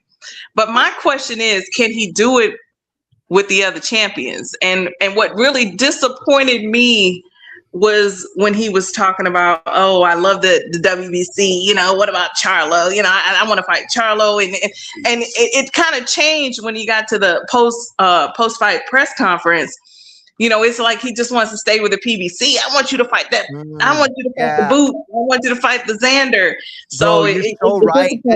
That energy wasn't there. And now here's the thing. I'll tell you this. Only people like you and I and like our community would have caught that, right? Like, because we know that side of the street bullshit talk, right? So for everybody else that gives you that pass or whatever because they're younger or they're just getting into the sport and they don't understand what that means or like what he's signaling, right? But that was nasty work. He's like, bro, I'll take your belt and drop it. That shit was wild. I didn't even hear that till today. Like, he said, you can keep it. Yeah, he said, I could beat you for it and you could keep it. Yo, that was what I used to do to my little brother on Sega. I would be like, bro, I'm gonna beat your ass right now at this Cal Ripken game, and I'm gonna let you play. I'm gonna let you practice so you can get better. Like, that's a little bro shit. Yeah. Yo, great call, Fistiana. Fresh, you still there? Yeah. Fresh, you still there? Yes, I'm still here, man, and I feel the same way. I just felt like, you know, he was ducking the talks for the real challenges. I mean, you calling out Charlo, and it's like, you know, you fought a man who's 37 years old, hasn't only had 2 fights in 6 years. I want to see, you know, real boxers from back in the days, like Bruce was mentioning, you guys, whatever, Ali and all these guys, Hagler, they wanted the smoke. They like, bring Xander, bring Boost, bring all. I'll take any of them. It doesn't matter. And I didn't get that from him. Bro. Real talk. These guys are just satisfied with what they get. And it's like, you got the challenges. Back then, it was like you challenging yourself to be the best. And that's why there were losses back then, because they challenged themselves. They challenged themselves. You know, so I'm liking this. I'm liking this upcoming fight that just been announced. I think it's been confirmed with Boots and Xander. I don't know if you guys covered it, but I'm looking forward to that. That's what I'm talking about. Hell yeah, we covered it in the first part, so you could get it on the playback or rewind or whatever on Bruce or my channel. But man, first of all, I want to tell y'all both, thank y'all for tapping in. But dude, please come back because I have to talk to y'all for like at least 15-30 minutes because absolutely, we will definitely be back. But I want to listen, we can talk about boxing topics for sure, but the topic that I want to talk about the most is my philosophy on life, which is the couple that watches fights together. Is for life together. You know what I'm saying? Absolutely. So that's what I've picked up in my last 15 years or so watching the sport and knowing other people that watch the sport. And I can tell you, real talk, like the couples that I know they're strong. I'm not gonna put them out because maybe they're just whatever, but they're the people that I swear they are just connected, like cool, like that. You know what I mean? So I want to hear about y'all, and then maybe hearing y'all's story will convince my wife to watch more boxing. So just let me talk to her. That's how we met, Mario. That's how we met. We met on the Mac Mob through B-Mac, and he called himself the Bishop, the Bishop, because he brought us together. But that's how her and I connected through that channel. So yes, boxing brought us together. Beautiful thing I have ever heard in the boxing community ever. Listen to me. The other 99% of stories that I have of two people meeting on a boxing podcast are they hate each other for life or they were like the worst enemies, right? Like Terrence Crawford and Bud fans, like that type shit, right? So this is awesome. I can put you all in the 1% of people that come through together, and it's all beautiful. That's what I love, man. That's what I love for real. Thank you so much. We appreciate it, and we will definitely be on. Just let us know. Monday, Thursday, we're here about 1 p.m. Eastern time, 2 p.m. Eastern time. So yeah, all the big fights. So I appreciate y'all tapping in for real. Okay, thank you so much. You God bless. Yeah, y'all want to come back on? Let me know. Hell yeah, CJ. Please. Please don't drop her yet. Fissiana, I'm surprised. I met you on the Mac Mob too. We ain't, you married him. I met you. You don't recognize CJ Rich, Boxing and BS? Dang. That's CJ. Yo, I'm just getting the reunion together. Let me see. Who else can I bring on from Let's go. Let me see. No, I'm playing. Yo, that's what's up. Yo, but I appreciate you tapped in too, champ. What's going on? Definitely. Thank you for having me. My first time coming across your channel. You know what I mean? I know Bruce Gas and Fissiana and Fresh, obviously. But yeah, man, you guys, I got in like halfway through the stream. Some good topics. If you want my reaction to this weekend's fights, I was dead wrong. I put like 300 on Thurman, and I got that one wrong. Normally I get him right. Normally I get him right. I'm sorry, big Maybe it's the old man in me. Hey, if you're I'm about to be 42 on Sunday. Sorry to cut you off. No, go ahead. What's your name again, host? Because I never seen your channel before. Mario Munguia. Infighting FX is the channel, formerly of the Boxing Voice and Infighting. I'm almost 42, champ. So I get exactly what you're saying. Keith Thurman was that nostalgia for me too, champ. I didn't want to believe that some Giant Gonzalez looking motherfucker was just going to go in there and piece him up the way he did. So I rock with that. Yo, you said Giant Gonzalez. Sorry, I'm outside. I have some background noise, but I mute up when I'm not talking. But that's funny as heck. Like I said in the chat earlier, I'm a former pro wrestler, so yeah, I know exactly what you're talking about. But yeah, that's what's up, dude. Hey, man, it was fun. It was fun in the time, like 25 years ago. It was fun. But now you really hit that 450 though.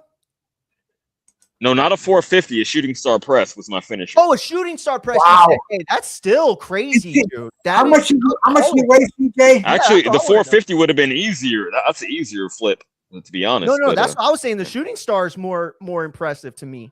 Yeah. Thank you. How much you weigh, I couldn't do that. What's up? What do you weigh, bro? 160. 160.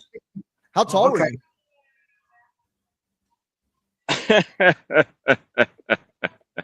Yo, why are you I'd rather not say. No, because I'm not a big dude. Cool. The reason I laugh, I'll be honest with you. Okay.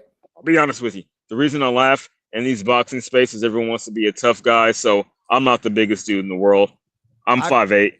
But Hey, I feel you on that. the Hey, game's watch the this, game. watch this, champ. But you were a professional. You were a professional 5'6" champ. wrestler, though. I'm 5'6" champ. So you're still taller than me by 2 inches. You know what I'm saying? So you're not the short guy on this channel. That makes me right feel a little here, better.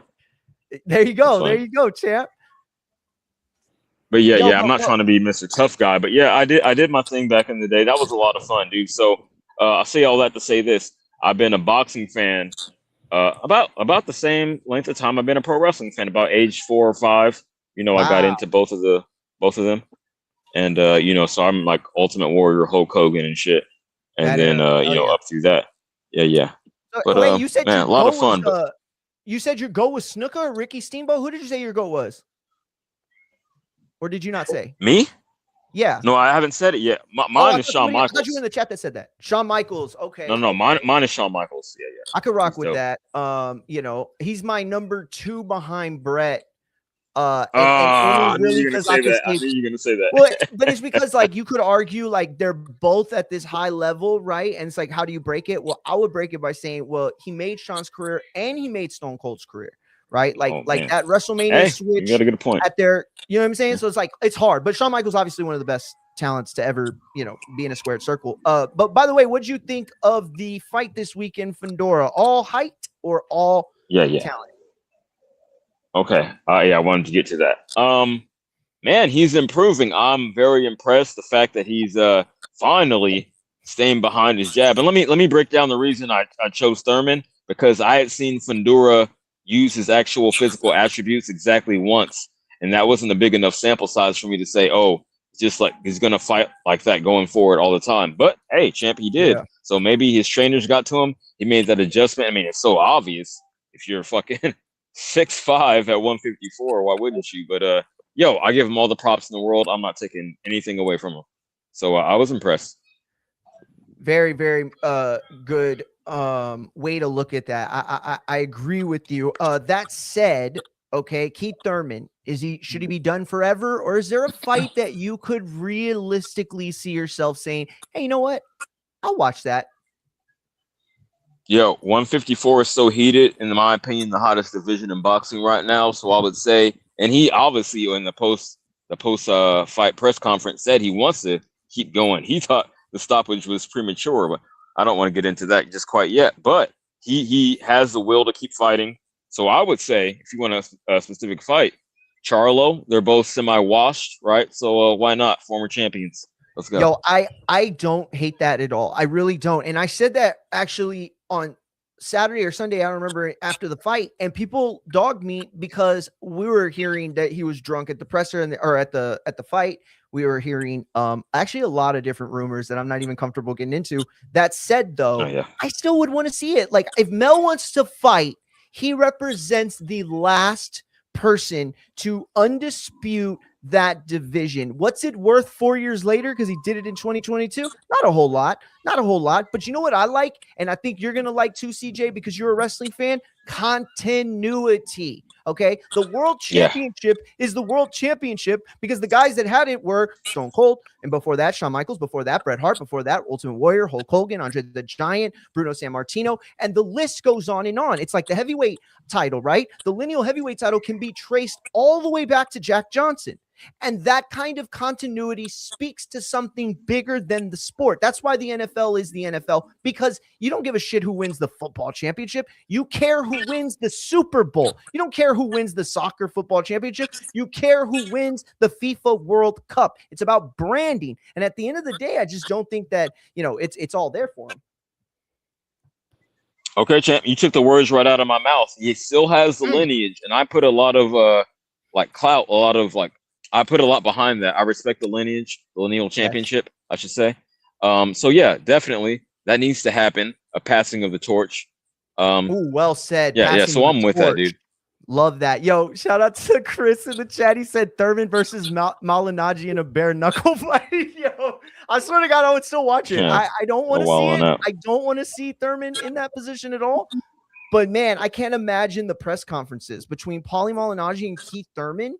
Bro, you could probably do a whole fucking reality show with that. CJ, is there anything? Talk about some pro wrestling shit. Hell yeah, talk about some pro wrestling shit. They would be cutting promos for real. CJ, is there any other topic you want to cook on before I go to Straight Fighter? No, I'm good for right now. I mean, I like to stay on the panel, but no, I've said what I initially wanted to say. Hell yeah, champ. You got it. You got it. Absolutely. You could stay Appreciate on, and then, tap in whenever you want. Straight Fighter, you are live, champ. What's going on? Hello. Yo. Okay, what I wanted to talk by the way, hello, Bruce. Straight Fighter, killer. This man's a boxer. He does training in his cellar, man. Awesome. Hell yeah. He busts that heavy bag apart, man. Very, very impressive. Go check him out. Yeah, thank you. Okay, what I wanted to talk about is something that maybe some people never thought about. So, boxing and hip hop. Boxing has been dead. Because earlier, the reason I wanted to hop on here was because the topic was, I heard people were talking about politics, the modern world, and the past, and boxing, and like politics from now and everything. So,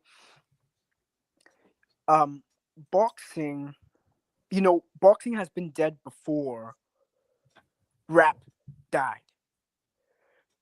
If boxing wasn't what it was in the 60s, Muhammad Ali wouldn't have gotten the volume of his voice. Reuben Carter wouldn't have probably been able to be what he was because his voice wouldn't have been able to be loud enough. Good point. He wouldn't have gotten, he probably wouldn't have gotten wrongfully convicted. Back in the 60s, after Griffith had, Griffith Perret, that fatal fight, Muhammad Ali and Reuben Carter were set to testify on boxing's behalf. And for boxing, for Reuben, it was to keep him out of the streets. He used boxing as a way to keep him out of the street. It's basically him choosing life. Now, boxing is also the poor man's sport. It was the poor man's sport. And hip-hop doesn't discriminate. Hip-hop originated in New York. And it didn't matter who you were, what you were. If you stood for revolution, then you were real. You were real. And it didn't matter about color. I think nowadays boxing has also been taken.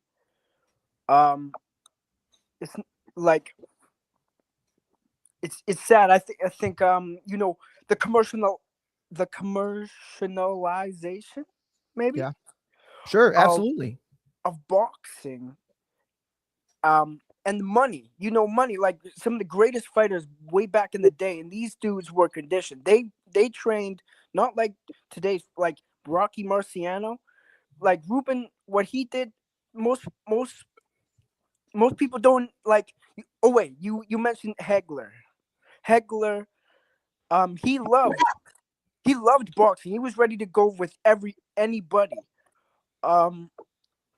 And Floyd Patterson recognized this as well. Now, it's boxing. It's for me. It's a shame because they're trying to implement AI and stuff into music. They're trying to take our voices. So money is evil. Money is absolutely evil. There might be a lot of promotion and a lot of stuff like that and check this out. Back in the day, boxing was the top sport. It was number one. It's you can't say that now. Mm-mm. The whole world, even global, had their eyes on Joe Louis and Max Schmeling. You know what I mean? Yeah, absolutely. I mean, that was one of the biggest moments in sports history, not just boxing. It represented a narrative. Who is better, the Germans who thought they were the ultra race, or an American, not just an American either, a black American. Yep. Exactly. And that was an even bigger narrative than all the rest, right? Can this guy whose race is treated fucking terribly in the United States be the guy that represents us and the best of us? It was a huge moment, not just for America, but for the world. You know what I mean? To show at that level how wrong the Nazis and that sort of ideology is. I mean, it gave us, who knows how defeating it even was for them. All I know is that Germany didn't recover, clearly. Yeah. And by the way, real quick, I think your rap comparison is so justifiable, because I look at rap today, right? I'm a huge hip hop fan, and I grew up on, like, I loved Common, right? I loved the Fugees, like I loved a lot of different stuff that wasn't on the radio, right? And 50 Cent was great, Pac was great, all these guys, they're artists and amazing. At the same time, though, what the Suits learned was the like big selling point. They started to take out of the art and then reproduce that only. So where Pac or NWA or some of these people would utilize street politics and talk about what was going on in the streets, today's artist only talks about that to guise their brand in a way that it'll sell to the commercial morons that don't even appreciate rap, that do appreciate and want the beef, and they do want all the violence and the drug use and all the negativity that comes with it. And that is these industry people focus on, because they know that's what's going to sell. Industry people. What's going on? What do you mean? Yeah, I don't know what's going on with the audio, but I wanted to interject. I wanted to piggyback on your point. Go ahead. Yeah, because we're from the same era. Yeah, absolutely. Like Pac had a lot of introspective, like deep thinking tracks where he's assessing his own, his life and things of that nature. So yeah, it wasn't just thug life. It wasn't just thug life. Absolutely. Prodigy. Fuck yeah, Prodigy. Hell yeah. Yeah, Prodigy, I believe that he carried on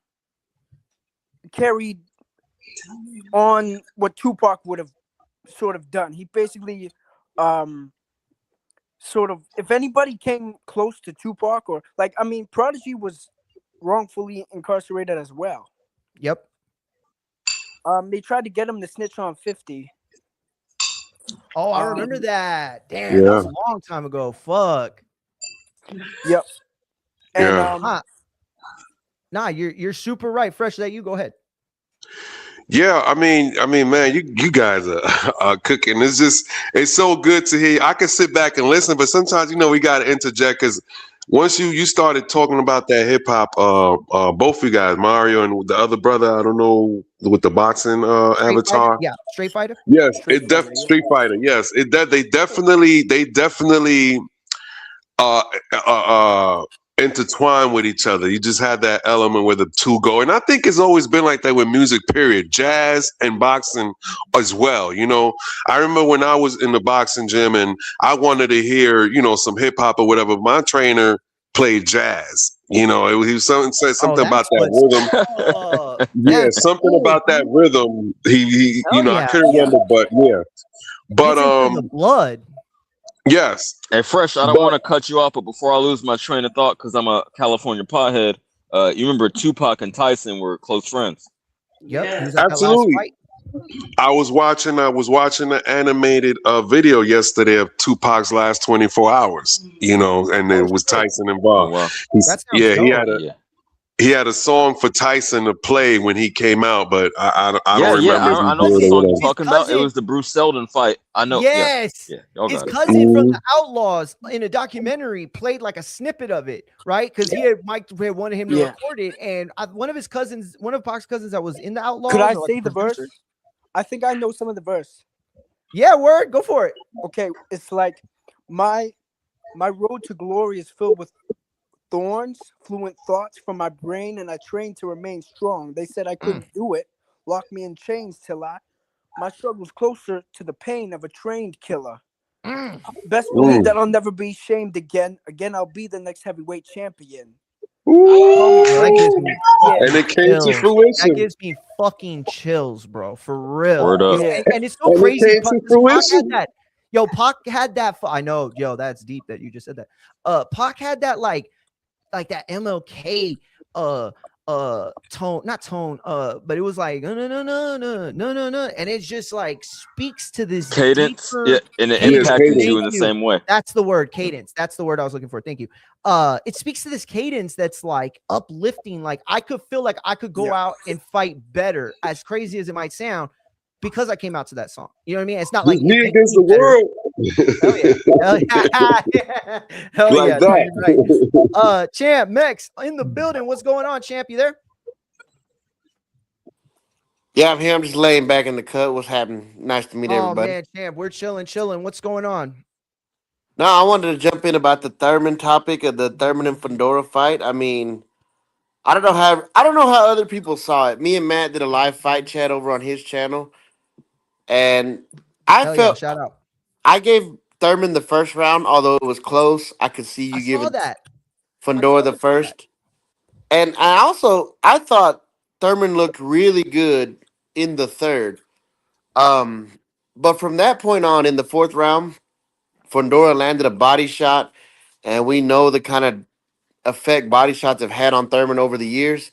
Word. And after that, his legs really betrayed him, and I think um, I just feel like I didn't see enough out of Fundora to really say he's the goods. You know what I mean? I feel like a young Keith Thurman might have beat him. The height is definitely a problem. There's no getting around that. But I don't know. I don't feel like Fundora is this Tommy Hearns type of killer with that height. Well, that's a little too much sauce. But let me say this. Maybe the best Thurman beats the best Fundora so far, but I still got to give him his props, man. I can't go back on that because I'll say this overall. I hate when fans or content creators, backpedal and say, "Oh, I knew he wasn't shit anyways." Like, give the winner the props, man. Just give him his credit. That's a fair point. That's where I'm at with it. Well, and and you know why I so hate that real quick, CJ, is because they don't realize it ends up it ends up being demeaning to their own fighter, right? Diminishing the victory. Yeah, you taking credit away from the dude. Well, then exactly. So if Earl Spence is lost and he isn't shit and he was terrible, then Terrence Crawford doesn't get any respect. If Canelo was washed up in shit, then Terrence Crawford doesn't get any respect, right? So hold on, Mario. Now let me interject you to my point is, and Mario can tell you, I've been saying Fundora was gonna beat the shit out of Thurman. So for Thurman to look as good as he did in spots in that fight, really, I think for me exposed more of I don't think Fundora is as good as we make him out to be. And then somebody else also mentioned too, you come out of that fight and you directly call out Jameer Charlo, who was, I mean, he was lit. Mario won't say, I'll say it. The man was lit. He was more than just drunk. Just watch the twitches in the nose. Listen, I had some people hit me up who covered the fight and were there, and they said that the smell of alcohol was not just on his breath when they tried to take pictures, but he was slurring his words. And so at the end of the day, I'm not going to go on. Yeah, and that's what I'm saying. It's look, I have family that suffers from addiction, right? I have seen it, and I know it's not anything to fuck around with. It's not anything that is like you think about like fighters and like, oh, this guy's going to fight Usyk, the best there is in the world, or this guy's going to fight Wilder, the biggest right hand in the world. Listen to me. This addiction is undefeated. Okay. It doesn't lose. You can only try to fight it off for yourself at that moment or in this time frame, but it's always a thing that's on your shoulder. So I don't want to be disrespectful to Mel, and nor do I want to be disrespectful to addiction, not at all. But at the end of the day, this guy's still saying he's going to fight. You know what I mean? It's not like this is some lost hope. No, this guy's still in the delusion that he represents anything. Ray Leonard was an active alcoholic. He had cocaine addiction, seizure. That doesn't mean you can't be great. Yeah, you know what I mean? That don't mean you can't be great. And the thing is too, it's just my thing is him calling out Jamel just hasn't been active. I mean, inactivity. It's more than that. Inactivity. Well, I'm saying for me, inactivity is the big. I mean, we've seen it throughout the years. That's the biggest killer of these fighters is they're not active. I mean, look what happened to Thurman the other night. Like I said, the legs aren't there, and he hadn't been too active, and it's like the pressure PBC got thing. on, and Yep. And once it was over, it was over. You're absolutely right. But you know, Bruce Although meant earlier. I would like to see if Thurman continues. I think he's on the back end. A nice farewell PBC fight. Let him have Broner. Go dig up Broner. Let Thurman beat up on him in Florida and let him ride off in the sunset. I think that's a good fight. I'm gonna let you cook, but you Good got to be press from conference, if Baltimore. The way anything you else. say "tu," the panelists, the latest panelists. I don't see your name, but you got to be from Baltimore. The way you say "tu." Yeah. Oh yeah. That's a big giveaway. That's a big giveaway with the Baltimore crowd. But yeah, listen, I get what you're saying, Mex. I really do. It's just that I don't know. I look at Fundora and I say to myself, if a guy with those assets and those physical advantages can master them, who beats him? I don't know, because Keith Thurman couldn't even get close to him at one point. And again, we've seen guys get to Fundora. But what version of Fundora is going to be around in 2 years? How much is he going to learn? Right. And it's like Bruce said, this is a guy who got accepted to Harvard. This is a very smart kid from a lineage of smart people. And so if anybody can figure it out, it's a guy like Fundora, who is a student of the game. You know what I'm saying? He's a student of it. And I can't imagine someone more qualified to try. You know, is there going to be people that are more naturally better than him? Absolutely. I think Boots is one of those guys.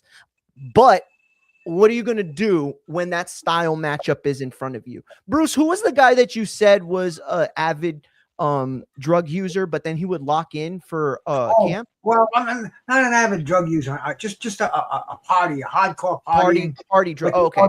Marvin Hagler. And see, you said it best. Are you being for real? That's my number 2 all time. Not to cut you off, but I didn't know that. No, he's great. Bro, when it came down to training camp, he would go into early in his career. He would go to the Provincetown Inn, and at the tip of Cape Cod, Massachusetts. Off season, the motel would give it Marvin Hagler. They had a ring set up at poolside. I went there and I saw him spar, and he lived like a Spartan monk. He would run the dunes at 5 a.m., snow or not, in combat boots, bro. He put on sparring sessions. I saw him put guys like That's what I'm talking about. Exactly.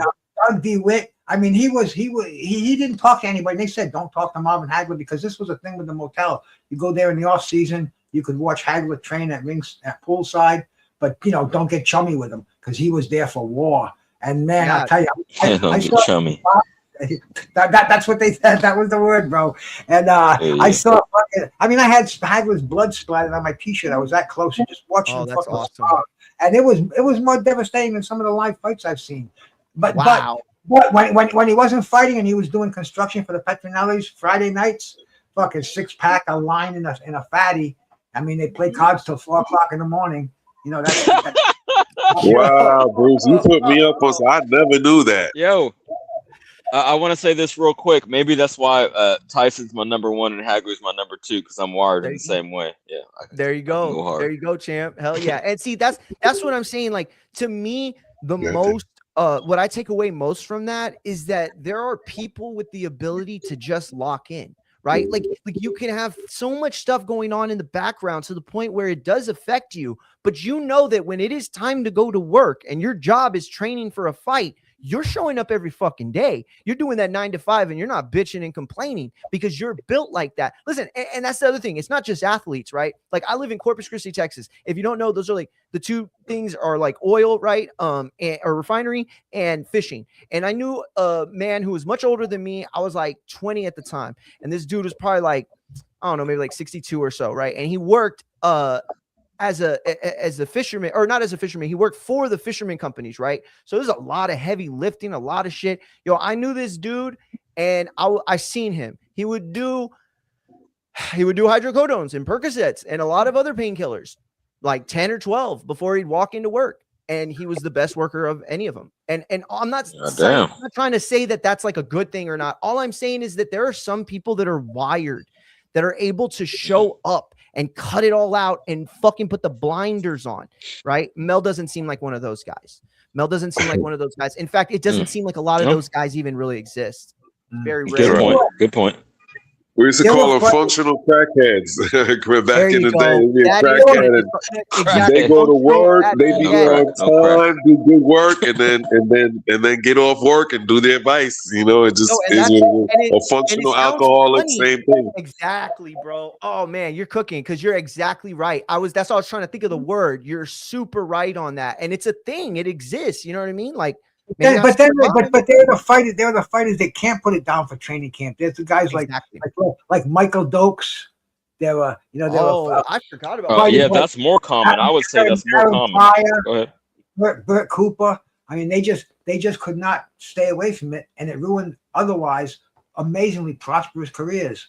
Guys like Dokes, the fastest hands in the heavyweight division.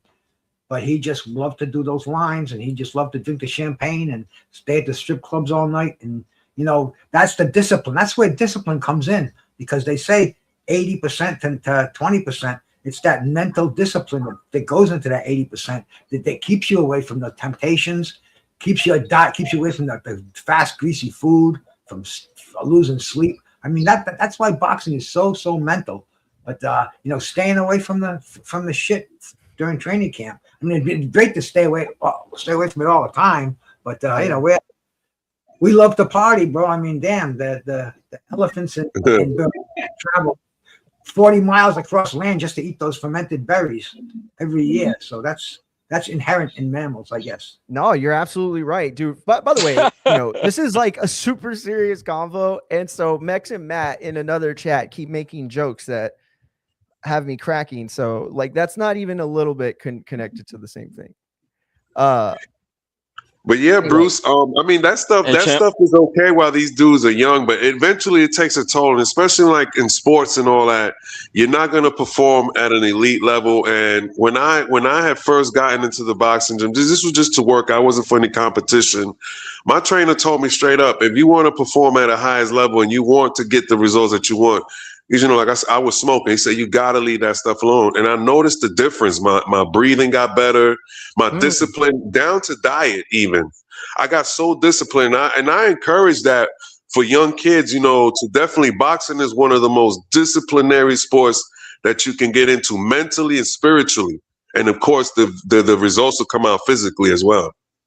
Well said, bro. Well said. And, I've always wanted that not to be true. Like Bruce has said, he's an advocate for cannabis, and so am I. I've seen so many people in my time playing sports or covering sports, get addicted to super hard painkillers to the point that I have so many stories where cannabis did almost the exact opposite. I've seen cannabis get people off of other drugs before. And so it's just this thing where I want to advocate for it, but at the same time, I can't pretend like I wouldn't be a better version of myself as an athlete if I wasn't consuming. You know what I'm saying? Like, and I don't have to be. I'm not a fucking pro athlete. I can do whatever I want. I'm just saying that if I did, like want to take a fight, I can't pretend like that wouldn't be better for me. You know what I'm saying?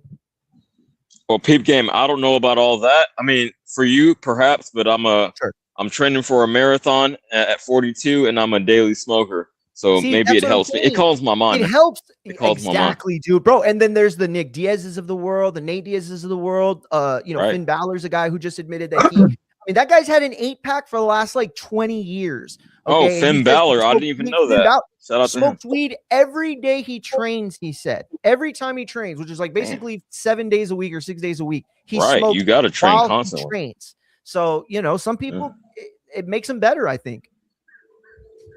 For me personally, I'm not advocating kids don't listen to me, but for me personally, it works. Well said.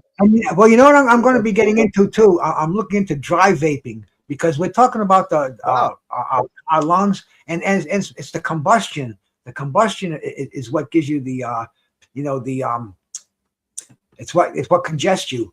It gives you the phlegm. Really? Yeah, and I've been looking Bruce, I got a great pen for you. If that's the case. See, I got a vape pen with the cartridge, and I got a dry pen for the flower. And I can definitely hook you up. It's high quality. Oh wow, man. Because that's what I've been looking into it. I've been looking online, because some people say, oh no, you get it just burns the flower. But then I read where you can adjust the temperature low so it doesn't burn the flower. Oh, definitely. This one super top notch. Yes, I'll tap in with you, man.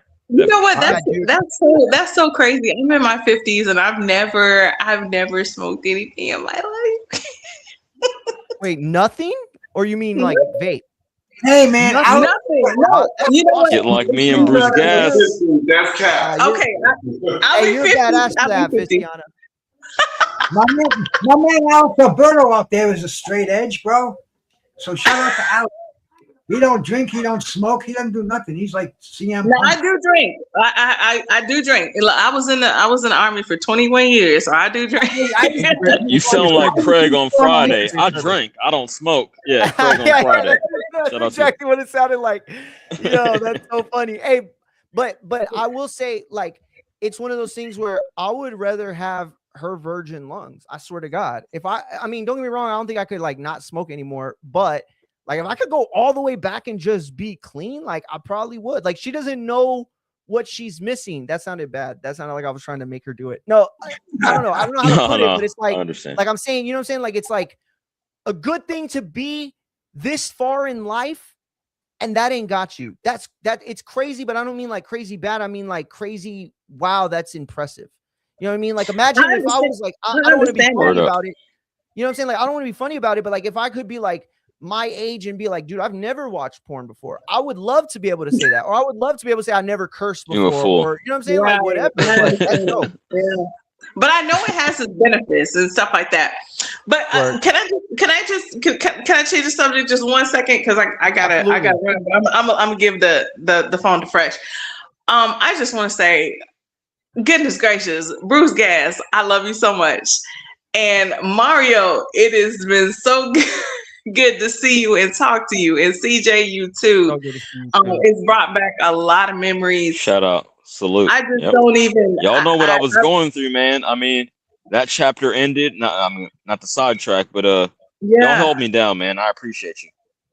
I feel some type of way right now. I feel some type of way, and I just want to. You know, I don't know what's been happening in the past 5-6 years. You know, sometimes with the YouTube, you just gotta let it go, and I let it go years ago, but I'm coming back.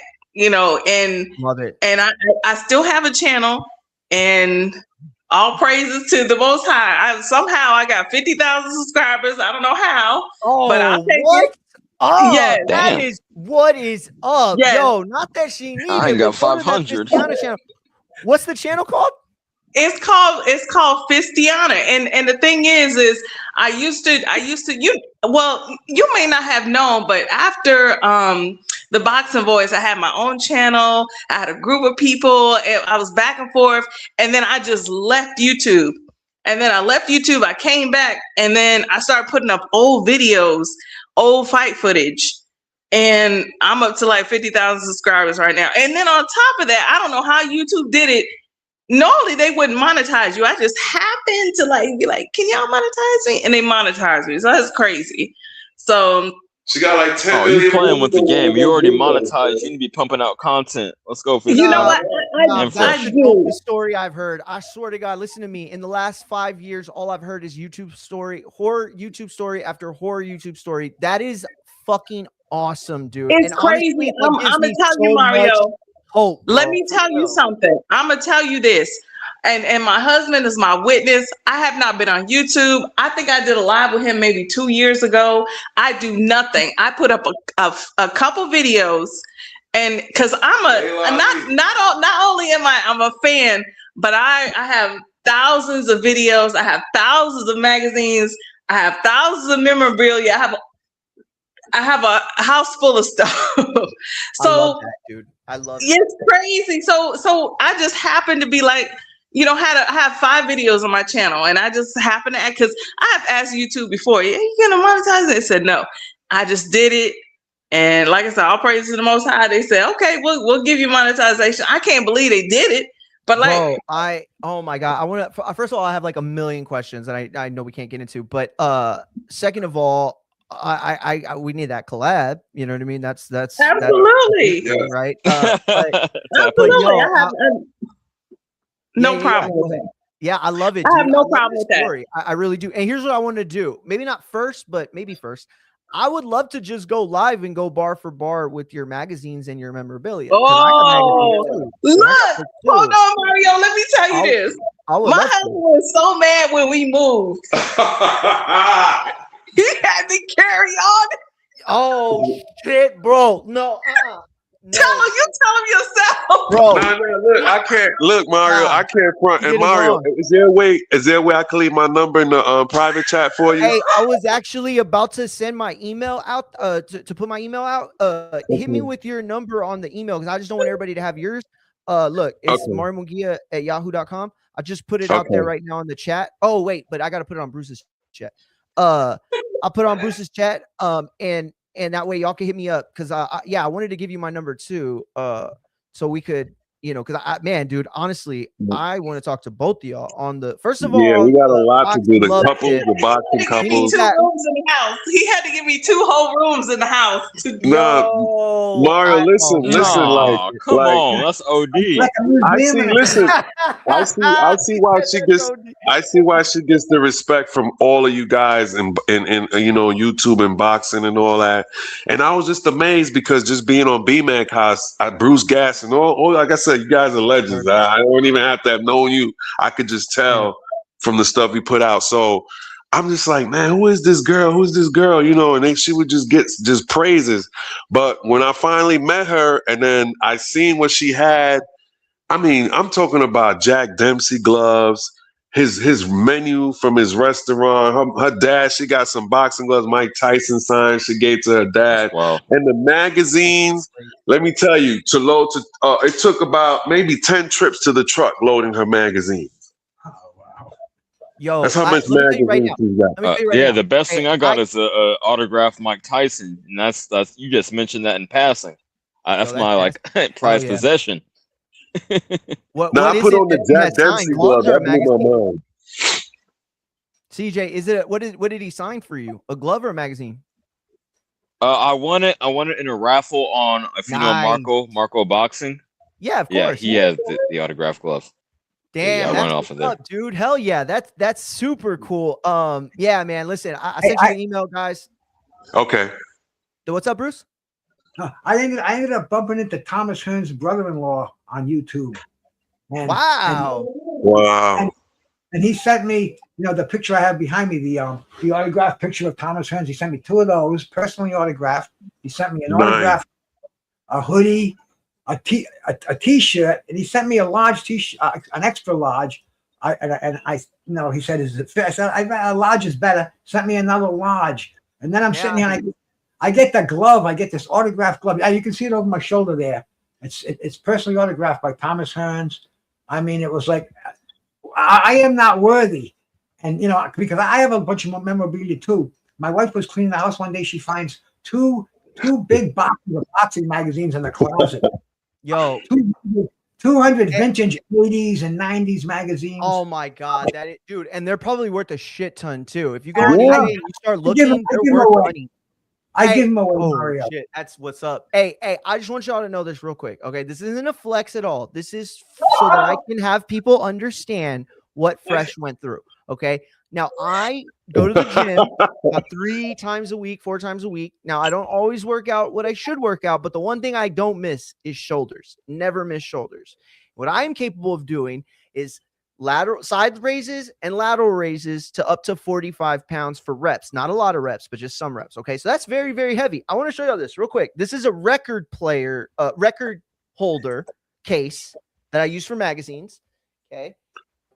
This is about what I can do with it. I would say it's probably about 60 pounds and it's only got this amount of magazines in it. Like this is nothing. This is 2, 4, 6, 8, 10, 12. It's about 20 magazines in this box. And it is fucking heavy. So 10 trips? Please tell me it's not an upstairs unit. Don't show me the garage, man. Don't show me. Good. Garage stuff. Okay. So then, that's a little bit of a shorter distance. So that's okay. But yo, that was the back workout for the year, champ.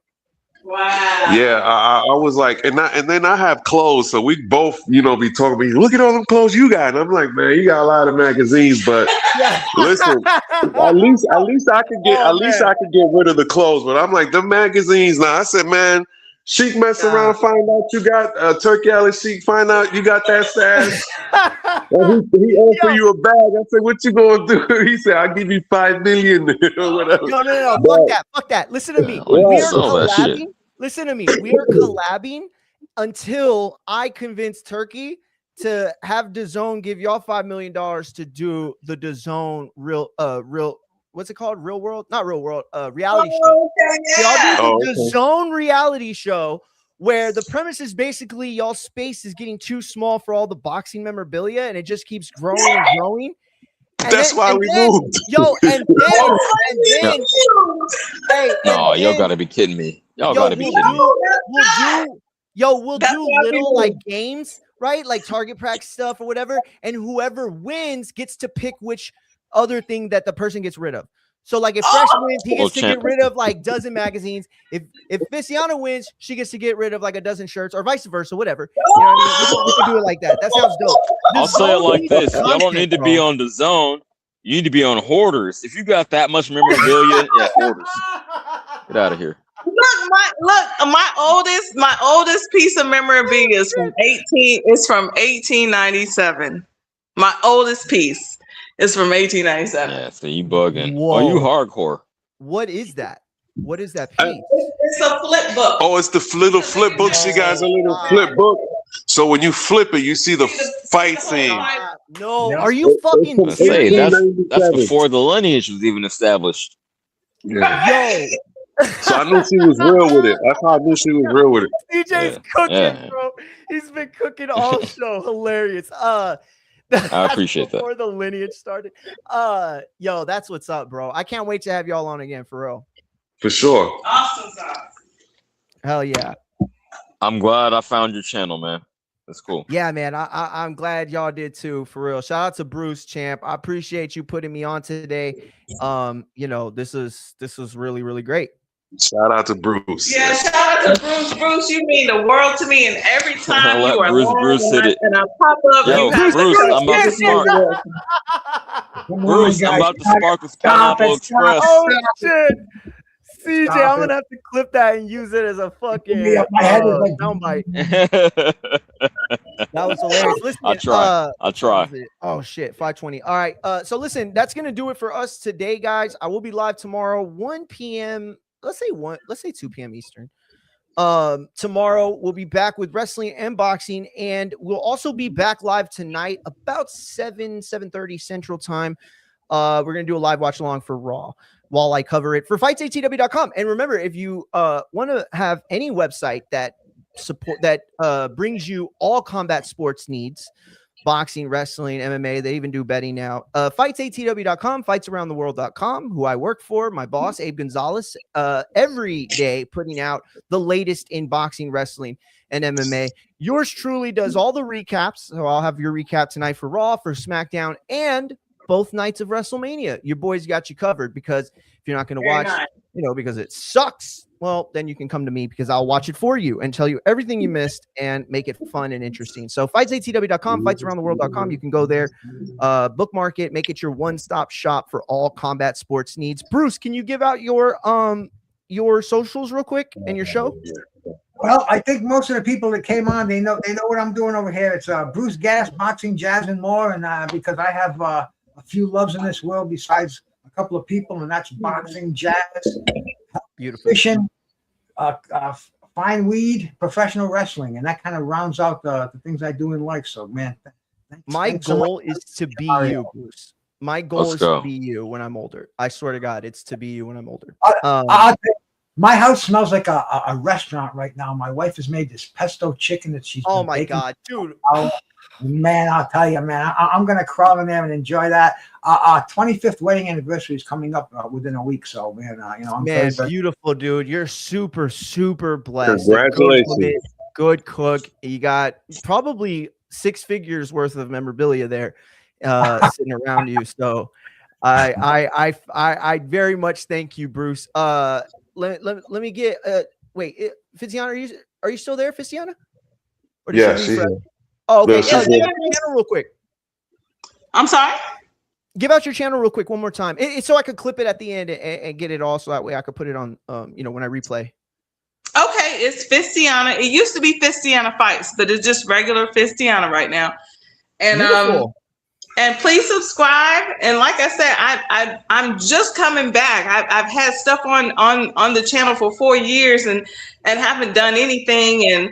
And now, my husband is like, let's do something. So I'm ready. I'm ready to do something. Ready to do collabs. Ready to do whatever. Awesome. I'm excited. And I think boxing is going in the right direction right now. So I'm ready. I'm ready for it. Awesome. Well, I will tell you that please email me you and Fresh, so that I could schedule something for hopefully next week. That would be awesome. Perfect. We got you. I got your email. Yeah, absolutely. Awesome. Hell yeah. Hit me up, champ. Appreciate y'all. CJ, Yes, you want to sir. give out your Appreciate anything before you go? Yeah. I got a baby channel. Fucking shout out to Fistiana for all her subs, but I just started in September of last year. But That's great. y'all want to rock out with me? I'll be live in about 2.5 hours. I got a debate going on between two dudes who got some real beef. But no, I'm just overall, I'm glad that I found your channel. I'm glad that I found your channel today. I'll definitely be back. And that's it. I'll leave it at that. Man, hell yeah. What's the channel that you're gonna have the debate on? Oh, CJ Rich Boxing and BS. You search for CJ Rich, you'll find me.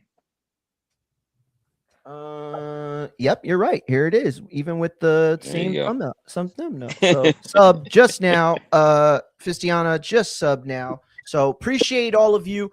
Everybody in the chat, right. Yo, it was a big one, Bruce. You really, damn, Hey, bro. dude, I'm your guest. For real.